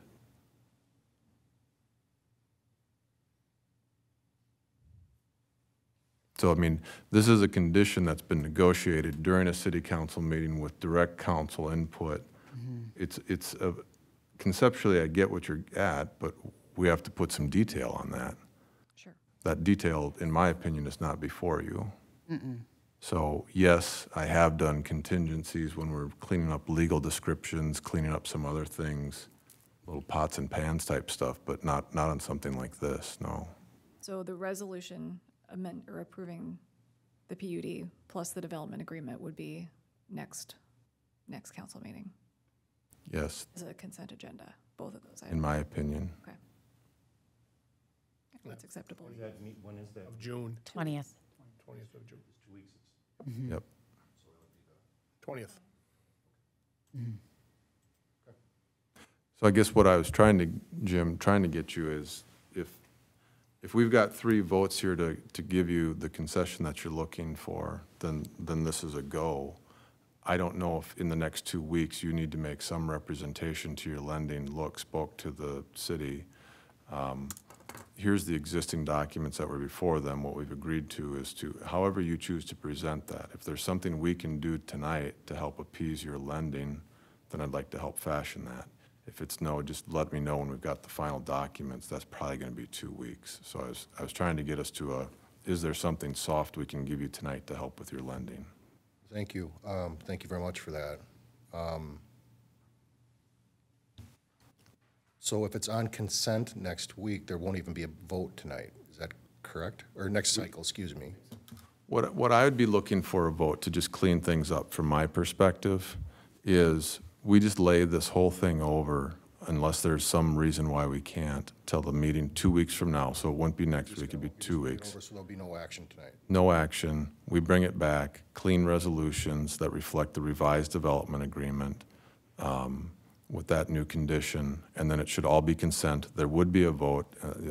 There's no reason you would have looked necessarily, but at the top of this agenda, there's a consent where there's no discussion. It's just voted on at the beginning of the meeting. I'm familiar with that. Yep. 10 minutes later, you're out.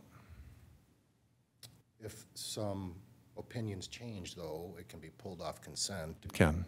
Yep. Everything could change in 2 weeks again. And I know, and I get that.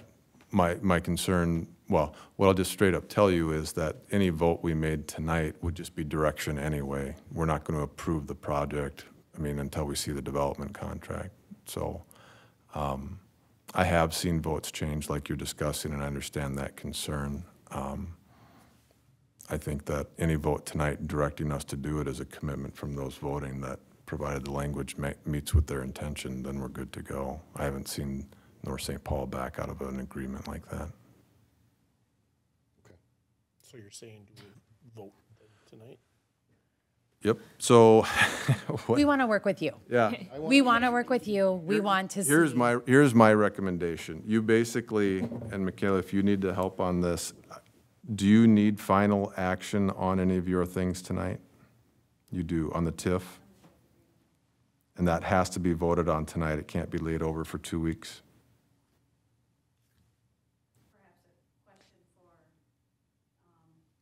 The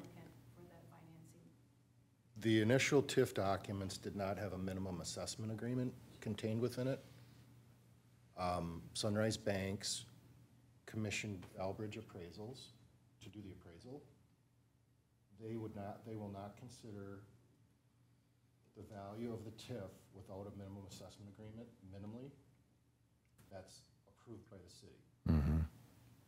The value that Valbridge, it was several $1 million. The value of the appraisal they came up with for this project was several million, like close to $3 million low. So we don't have a project unless I get the TIF, those documents approved by the city. They will not release the appraiser to reappraise the project unless those documents are approved. So, Michaela, do you, yeah. Minimally, if we can have action on those. Kayla, from your, That'll help a lot. yep. I mean, otherwise, I've come here tonight and we made no progress at all. Michaela, is there, in terms of what's been discussed in terms of the modification, does that impact anything on the TIF side from your perspective? No? Okay. I know we're ahead of ourselves. This is such a package deal from my perspective.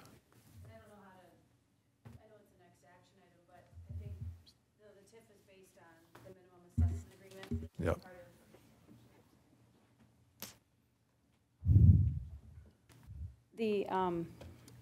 As Jim was saying, Mr. Mayor, members of the council, Michaela Hewitt with Baker Tilly, working on behalf of the city on the financial tax increment financing related to the project. To answer the question on the financing, as part of the revised TIF agreement, that is one of the next action items related to that is the inclusion of a minimum assessment agreement, which is establishing the minimum taxable value of the project over the life of the tax increment district, which has been required by by Sunrise Bank, the potential lender for the developer. And so part of that valuation is based on the project as completed, based on an 84-unit apartment or 84-unit multifamily project with the live-work units. So that is what the value of the minimum assessment agreement tied to the revised TIF agreement is based on.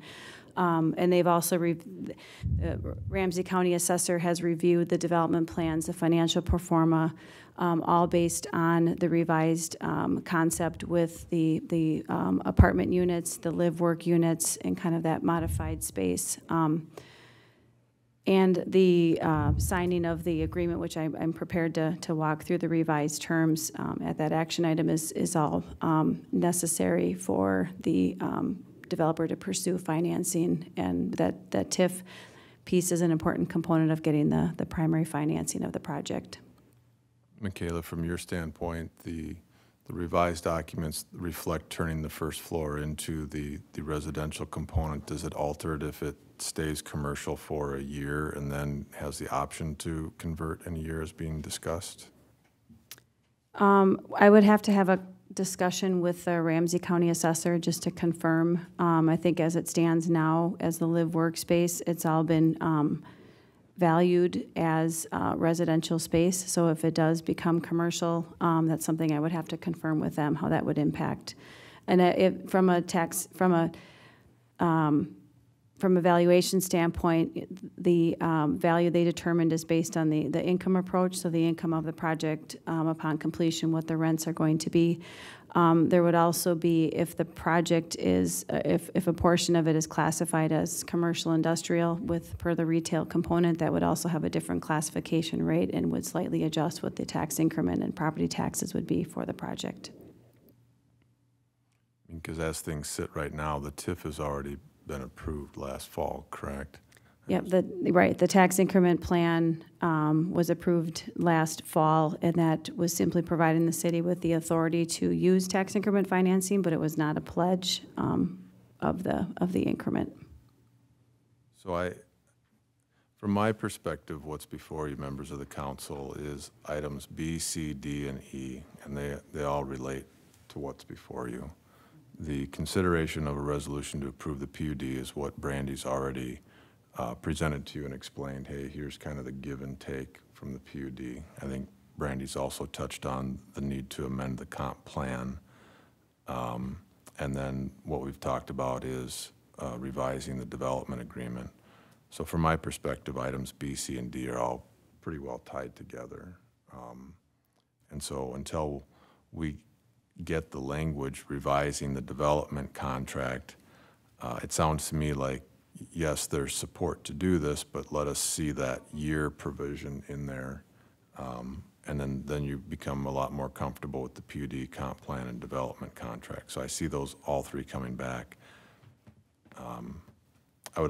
And so to me, what would make sense is a resolution directing staff to revise the development contract consistent with the discussion that's been here tonight regarding the continue to have the retail on the first, or pardon me, the commercial on the first floor for a period of a year. We can put in some timeframes. Jim will be talking to you about that.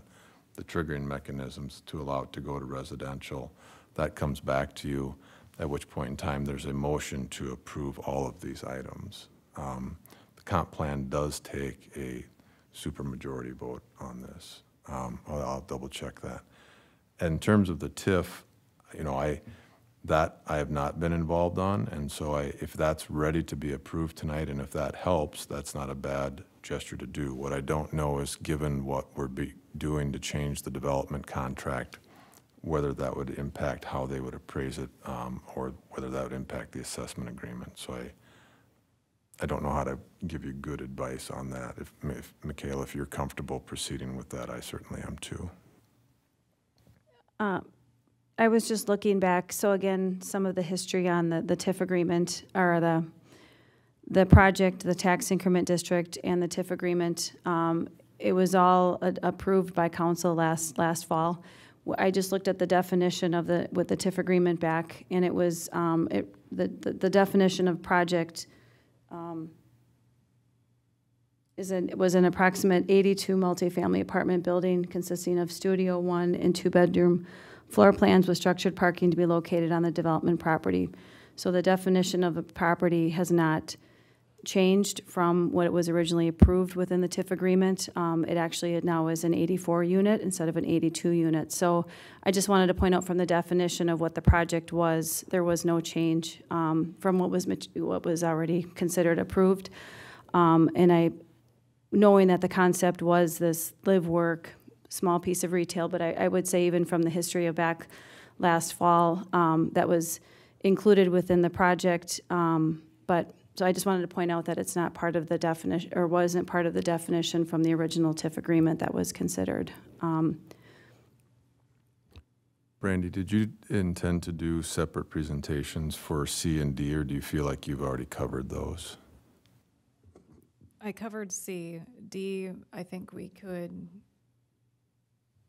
I mean, D is really just the development. It's the development agreement as was required per the original approval back in October. So what you have in your packet contemplates everything that would be required from my perspective, with the exception of what's been discussed here tonight on the year layover, or the additional year of.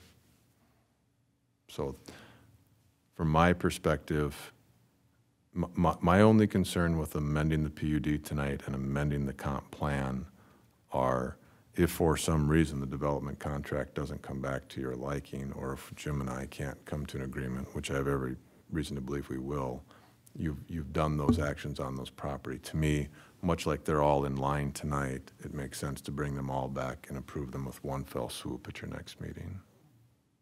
That would be the typical process.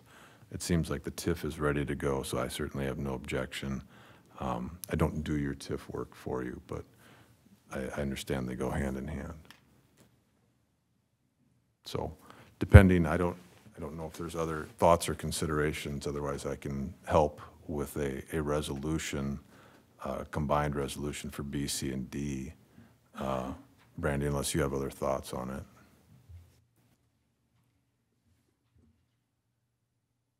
A combined resolution, can you explain what you mean by that? Sure. What I'm envisioning is a motion to direct staff to revise the development contract consistent with requiring commercial to remain on the first floor as originally contemplated for a period of year. At such point in time, if that first floor, or that it's no longer deemed feasible, which we need to talk about, it can be converted to residential. So those would be the broad terms in the development contract. And then directing staff to bring back a motion for approval for the PUD amendment, the comprehensive plan, and the revised development contract at your next meeting scheduled for June 20th to be placed on the consent agenda. If there's that motion, we'll take that and run. Jim, any extra thoughts on that? Sounds great, thank you. Yep. And then approve the TIF tonight? Yeah, that would, yeah, we'll get to that one next.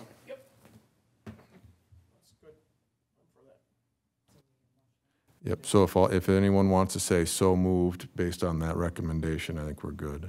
So moved based on the recommendation. Second? Second.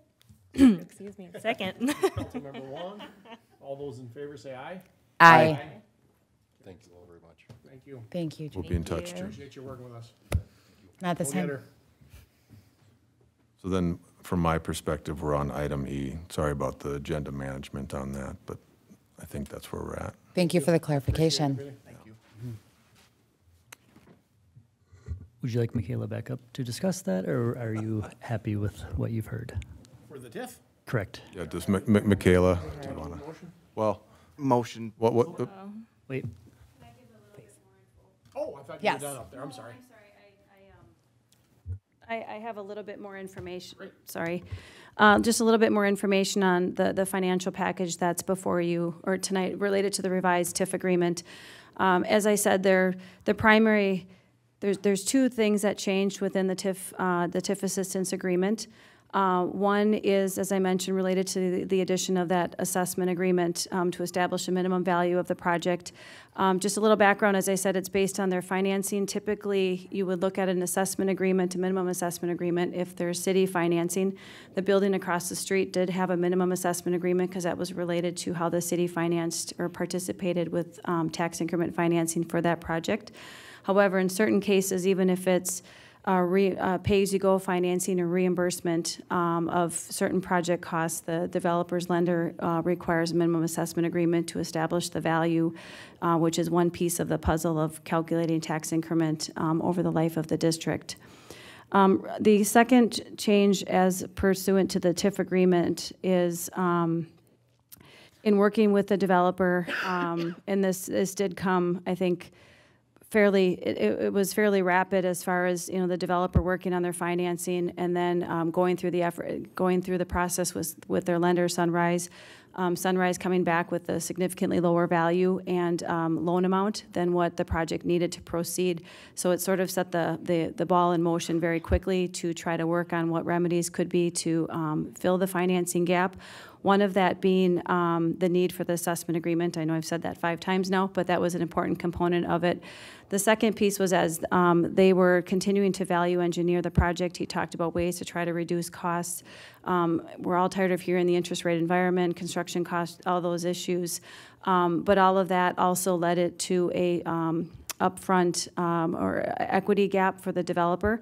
So as part of the revised TIF agreement is also the provision of providing more of an upfront financial incentive of the $793,000 in change that's in it, and that is really to help the developer with the first 10 years of cash flow based on the projected operating or projected rents of the project, the net operating expenses, and the availability of cash flow to both repay the debt obligation at the minimum of the 1.2 times coverage for the debt and a reasonable return on their equity. They had requested additional cash flow assistance of the $793,000, which would be provided pursuant to the agreement. It would be provided based on them actually incurring the site improvement costs. It would be still more of a reimbursement for those costs, but it would be based on using funds on hand, which, again, history on the city's action in December. There's special legislation that was adopted by, or there was special legislation that was included within the TIF statutes that allows cities to establish what's a spending plan. So taking existing tax increment funds from districts and establishing a plan for being able to use those as one-time funds or one-time use on projects that met 3 conditions: one, on either new construction or substantial rehab of buildings. That project would create jobs, including construction jobs, but for the use of that additional funds, the project would not proceed. So that spending plan was approved in December of last year, and that provided the city with this kind of one-time use of funds to be able to use for certain instances. As it turned out, this project was a candidate for it based on the amount of tax increment that could be generated from the project was not enough to be able to get the developer and the equity investors over the hurdle of being able to proceed. So the revised TIF agreement did 2 things. First, the value of the tax increment revenue note, which would be the reimbursement based on the future tax increments of the project, was reduced. It was $5.3 million as approved last fall. That number is now $4.35 million. So the pay-as-you-go note is $4.35 based on the future tax increments of the district. And also included was that upfront amount of the $793,000. So the actual pledge TIF to the developer is less than what was initially approved last fall, just by about $100,000. However, it's structured a little different based on what their financing and equity investors need. So the action before you tonight is to consider the revised TIF agreement based on the inclusion of the assessment agreement and the modification of the TIF assistance to include both the upfront and the revised tax increment note. And the last piece is, again, this is a pay-as-you-go financing, so the city is not providing, well, they're providing the upfront funds, but they're not providing, and that's all based on actual costs that are incurred of the project for site improvements and acquisition as allowed by the TIF statute. So that's a short summary of kind of the history, the revised TIF agreement. I'd be happy to answer any questions or stop talking.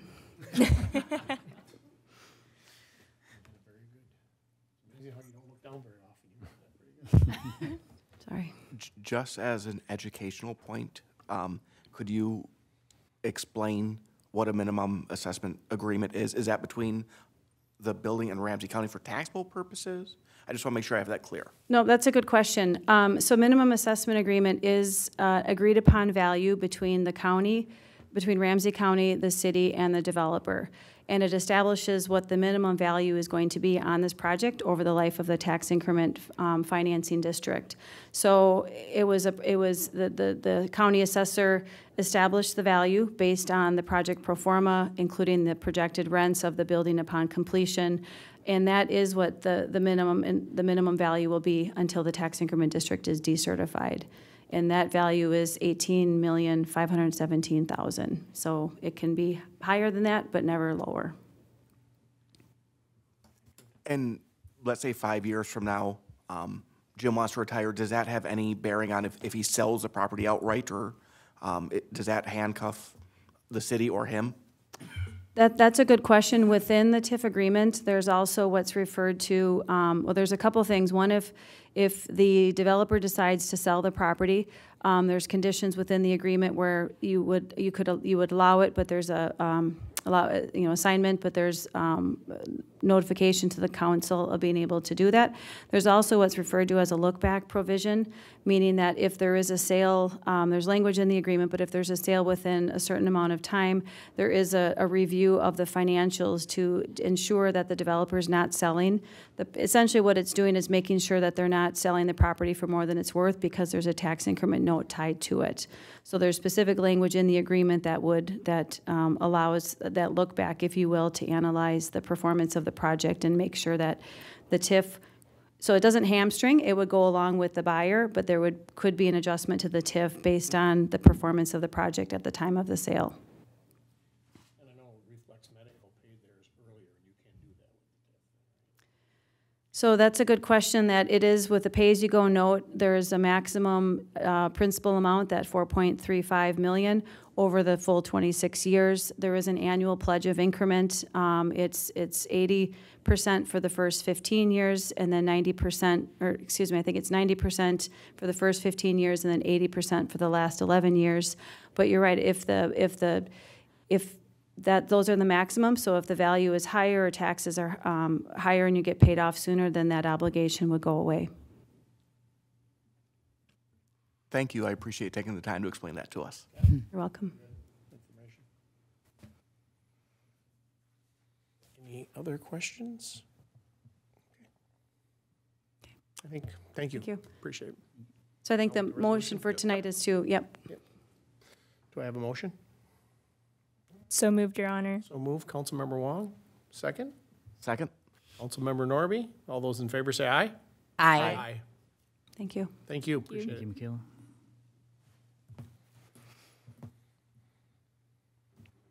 All right. Next up is the application request from Newman's Bar and Grill for a temporary extension of their on-sale liquor license to include a portion of their paved parking area located at 2531 7th Avenue East on Saturday, September 16th, 2023. Yeah, so I just had a process question, excuse me, in regards to this application. So is it pretty typical that we extend it on their properties?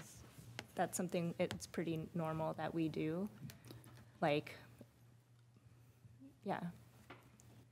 I'm gonna let her expand on it, but being that we came forward with, I don't know if this is part of the outdoor seating or not. Can you? Can you repeat the question? I'm sorry. Yeah, I'm just trying to gain like clarity around, would this be a similar process for the outdoor seating or the public right-of-way, even though this is private? Of course, our attorney leaves. There's been some conversations in City Hall about liquor licenses lately, as Jenny and I and some other staff are trying to wrap our heads around them. It's my understanding that, I'm probably going to have the terminology incorrect, but what we have is a temporary situation is what you're granting permission for this special event. When we're talking about the extension of premises for the outdoor seating on the public right-of-way, that's an expansion or extension of their liquor license completion. So this is specific to like the 1 day or 2 day or however long the event is. Yeah. Thank you for that clarification.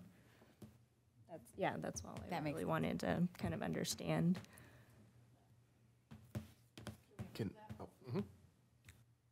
So moved. Yeah. We're getting it done. I'll second. I already second. You're second it? Councilmember Wong? Now you got me all screwed up. I'm screwed up. Aye? Yeah. They were doing so well. Do we do bloopers for council meetings? This would be it. This will be a good blooper. So which one was this again that you were? Should we start over? H, thank you. What was H? Yep. For Newman's or temporary extension. All those, can I have a motion, please? So moved. So move, Councilmember Wong. Second. Acting Councilmember Norby. All those in favor say aye. Aye. Next up is the new license approval, on sale Sunday liquor license and on sale wine license for Everett Ventures, Inc. DBA The Den is located at 2544 7th Avenue East. So I just had a question because my understanding is that maybe the K&J location, sorry. We're talking I, aren't we? J. J. We're talking, J. sorry. Yep, sorry. Wow. My understanding is that is the K&J location. Do we have some sort of understanding of what the den will be? Obviously, they're serving liquor, but I'm just trying to understand where they are at in their process because, again, this is just really new news. So I'm just trying to make sure I understand that. It's my understanding that they are going to have a food component and possibly still keep some of the adult daycare. I'm not 100% sure of what their planned use is. I don't even know if they've pulled building permits for the interior yet. So they're working through their processes to try to get a business going. So this one does feel a little premature. If I could just chime in here, what the council would do would approve the liquor license, and the state would go in and do an inspection. So it's not like they would be able to serve alcohol. The state goes in and inspects to make sure that they can do that first before they would be granted that permit. So we're not giving any, like, a nod to the state that says we're in favor of this? You're saying that you would allow them to have, Okay. correct, yep, but the state is ultimately the one who would approve or deny that. I might add that it may be appropriate, and I would like to get Soren's input on this, to perhaps amend the resolution of approval to indicate that this is only, would only go into effect at some future point when they have been granted occupancy for a use that allows a liquor establishment.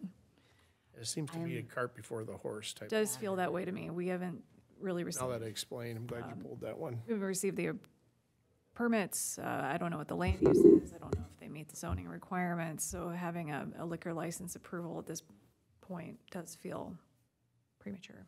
I'd like to know more about what that is and what's going in there. Is any inspection? I mean, you just say there's really been nothing happening over there? Is what? Nothing that the city has been made aware of. Been checking, like, you know, we're okay, we're ready for electrical, we're ready for plumbing, nothing like that? Okay. To my knowledge, they have not done construction that would need that yet, but we don't even know that as far as even occupancy yet, so this is a little early for this. Yeah, I think what you said, totally, the use, I'm not sure if it really matches. Okay. Plus, we had a heck of a blooper while you were gone too, so you missed that. Can review that for later. Can't leave you guys alone. I know. You really can't. We are reviewing item Jay. J. And our general feeling, I believe, is that they're putting the cart before the horse a little bit. Okay. So we wanted to know if we could approve this with a contingency upon them doing the other stuff right. What? And- The deeds, or the den. Yep, nope, I've got it. What is it that you're concerned hasn't happened? So my understanding is that that was supposed to be an adult daycare center. So, We're not right. so I'm not clear on what the use is at this point. They're asking for a liquor license. And now they're asking for a liquor license. So that's kind of where We don't know what the business is going to be. exactly. Right They now, have not pulled it's any all over the building map. permits yet with the city. This is the first permit that's come through, so it's a little unclear what the end use will be. So we don't have to, we can deny it right Table now. it, I'd say we or- pull it. We don't know anything that's happening. Probably table it Yeah. when they're ready. Okay, so I mean, to get the liquor license, did they list what their business was, Brandy? Or Jenny? They submitted their food license, so it was reviewed by everybody who's supposed to approve it, including attorney. No, approved Jack, it. I'm sure Jack looked at it, I get it. Well, if you want to lay it over to answer those questions, I would prefer that instead of denying it, we just continue it until the next council meeting so we can answer those questions. So the question that's been posed is, what is the underlying business? Mm-hmm. Okay. Just more information moving forward. Have you voted on it yet? No, Okay. no. So then I would ask for a motion to continue the item J to the June 2023 council meeting. Somebody motion? I will move. Okay. Councilmember Wong, Second? Councilmember Norby. All those in favor say aye. Aye. Thank you. I think it may be appropriate to maybe have them come to council as well and have a discussion with you guys. We want to support, we want to know what they're doing so we can help support their business. Figure out what's happening. Indeed. Next up, resolution approving firefighter declaration on dual position. So my understanding is that this expands or includes additional coverage for retirement for a couple positions. Can you kind of talk a little bit about what the economic impact would be or the financial impact that would be on the city? I'm going to turn this over to Jenny quickly, but so the dual position that they were talking about, and this is for employees in the fire department, that dual position being that they are a firefighter and they are also code enforcement or inspections. That's the dual role of what that's addressing, but I will turn over the rest to Jenny. So Minnesota law requires that employers certify the eligibility of certain employers, which one of them happens to be those that are not full-time firefighters. PERA is what we are talking about, and we have had them in the class of police and fire, which police and fire pays in a higher percentage than coordinated. So PERA sent us a letter just to make sure that we had them classified in the right class. And so they asked us for copies of their job description, which we provided. We have been putting them in the right class, but they need a resolution saying that that is approved because of the dual position. So it's just a recommendation that they need them to stay in that classification of police and fire in the PERA.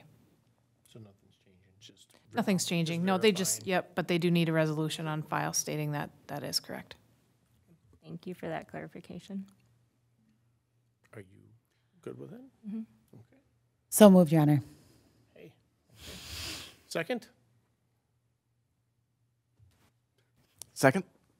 Councilmember Norby. All those in favor say aye. Aye. Aye. It's a shy crowd for the seconds. All right, next up is reports of city manager and departments. So we got Public Works. The McKnight project is done. They've got most of the asphalt back, and then it's just more or less striping of the road yet. So that project went really well. Public Works has their new full-time person start on next Monday that you guys had approved, so that's wonderful. Fortunately, we're starting off our summer as with the school out and kids trying to occupy themselves. We're getting tagged up with some things. They've been taking things out of Rotary Park. It had to be closed for a couple days. We had some water piping that was removed, fittings that were removed. So they're back up and running, which is great. And as well as Silver Lake is now been open, and that reconstructions are also complete. So that's great. They will be hooking up the water and sewer tie-in for the student-built house. And they're looking at probably the third week in July as being the completion and getting it out for sale. So that project went well as well. Electric department's been out. They're working up on Silver Lake. They're redoing the lights that are up there. They're adding a couple more, and they're more staggered to where they should be. I don't know what it was once upon a time, but some of them lights were all over the place. But now they're along the trail, and they're gradually working on that. And of course, doing the work on Sepulveda Boulevard for the Lilly project. They have We had a bore contractor out there today that had some of the pipe installed, and they'll be working for the next couple of days, putting more pipe in the ground for them. PD has their new officer that they have hired. I don't recall the start date for that, but they do, a gentleman coming from Ramsey County, Officer Bonin, so we'll welcome him shortly. Also, we got the Touch Truck event coming up. City's hosting its annual Touch Truck Night, Friday, June 9th from 4 to 8 p.m. You can find all of our big trucks there on the corner of Charles and 7th Avenue. It's on the southeast corner there that will be set up in the normal place. In addition to the big trucks, you can check out the Seatbelt Convincer, try some craft projects and on the art cart, and take the park and open space survey, meet city staff, and pick up a dash plaque while they last. Also, we'll be having music in the park, so you can join us for that. For the season on Thursday, June 15th at 7 p.m., bring a lawn chair and head to Casey Lake Park to listen to the sounds of Brio Brass. So, and lastly, Juneteenth is now an official holiday. The city of North St. Paul will observe Juneteenth holiday on Monday, June 19th. City offices will be closed. Our police, fire, electric, and public works are always ready for any kind of emergencies and available. See the website and our Facebook page for emergency contact information. That's all I have. Great. Thank you. Thank you. Reports from council, commission, and committees. Councilmember Norby. The Planning Commission met by a special on a Saturday, and we discussed everything that they talked about today. And our next meeting will be the first Thursday of July. I don't have too much new with the Arts and Culture Commission, except they're just busy and out with art cards and getting some projects starting. And I think tomorrow evening is their meeting here at 6:30. Can I ask you when they are going to be doing those wraps? Yeah, that's good. Yeah, so we had some delay, just trying to make some decisions on some of the historical pieces, so that's been delayed to the next phase. However, the subgroup did go ahead and take what was voted on and submit that. So that will still be coming, but it did delay the entire project a little bit. Thank you. Again, more phases to come and a lot more community engagement to come as well.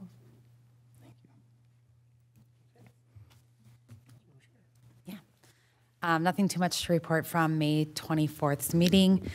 However, just like Brian indicated, that on June 15th is the first Music in the Park. And I do want to provide a shout out to the police department. Brian, Tim, and I had the opportunity and the pleasure of attending the National Peace Officers Week hosted by the North St. Paul Police Department at St. Peter. I will definitely say that this ceremony was very raw, it was real, it was filled with emotion, and it was incredible to honor the fallen officers. What struck me the most was a widow of recent, and she was amazing. The whole service was well put on. It was incredible. So I give the credit to the police department. They did an outstanding job with this event. Lastly, we had an incredible first car show. I ran into Mayor Monge there. It was fabulous. Bob did an incredible job. I mean, especially with given all of the nuances in the city and what's happening with the construction. There were new vendors, there were old vendors, and it was just, we're back to our normal summer ways in North St. Paul. It's great. There's a new candy store in town called Sweeties. I highly recommend all of you guys to attend. It's really cool. It's an old school candy store, and they've made some money out of my family. So that's it. Will they be doing like some sort of grand opening? Or? I have discussed that with them, and right now they have my business card, and they're just trying to get their stuff opened. So I can tell you that Thursday, Friday, Saturday, and Sunday, their hours are from 11 to 6 p.m. So Had to know those hours right away. Thank you, appreciate it. I had the privilege of being at the Memorial Day service at the park, Veterans Park, and it was a beautiful service and went very well. So that was a treat to be able to be a part of that. The only thing we're gonna do is move it from 12 o'clock to 12:05, because as soon as we started talking, the sirens went off. That or have the siren maybe for that day, either one, but it was beautiful ceremony, so I was privileged to be able to be a part of that. Car show went well. I was around the cart with Bob. We went around. Everybody had a good attitude for the first one. There was some change, and I know Bob said he was happy with how it went, so it was very exciting as far as being able to be a part of that and just see it. And I think it's, people, we coming out, and we're gonna figure out how it went, and then more cars coming, I'm sure. So we have a lot, people were parking way down quite a few blocks away, so it was a good event. General business, Councilmember Norby? None at this time. Councilmember Wong? Happy Juneteenth and happy Pride Month. Councilmember Swear? Not this time. All right, me either, so motion to adjourn. So moved. So move, Councilmember Wong. Second. Second, Councilmember Norby. All those in favor say aye. Aye. Hey, we got that one good. Thank you, everyone. Here's your key.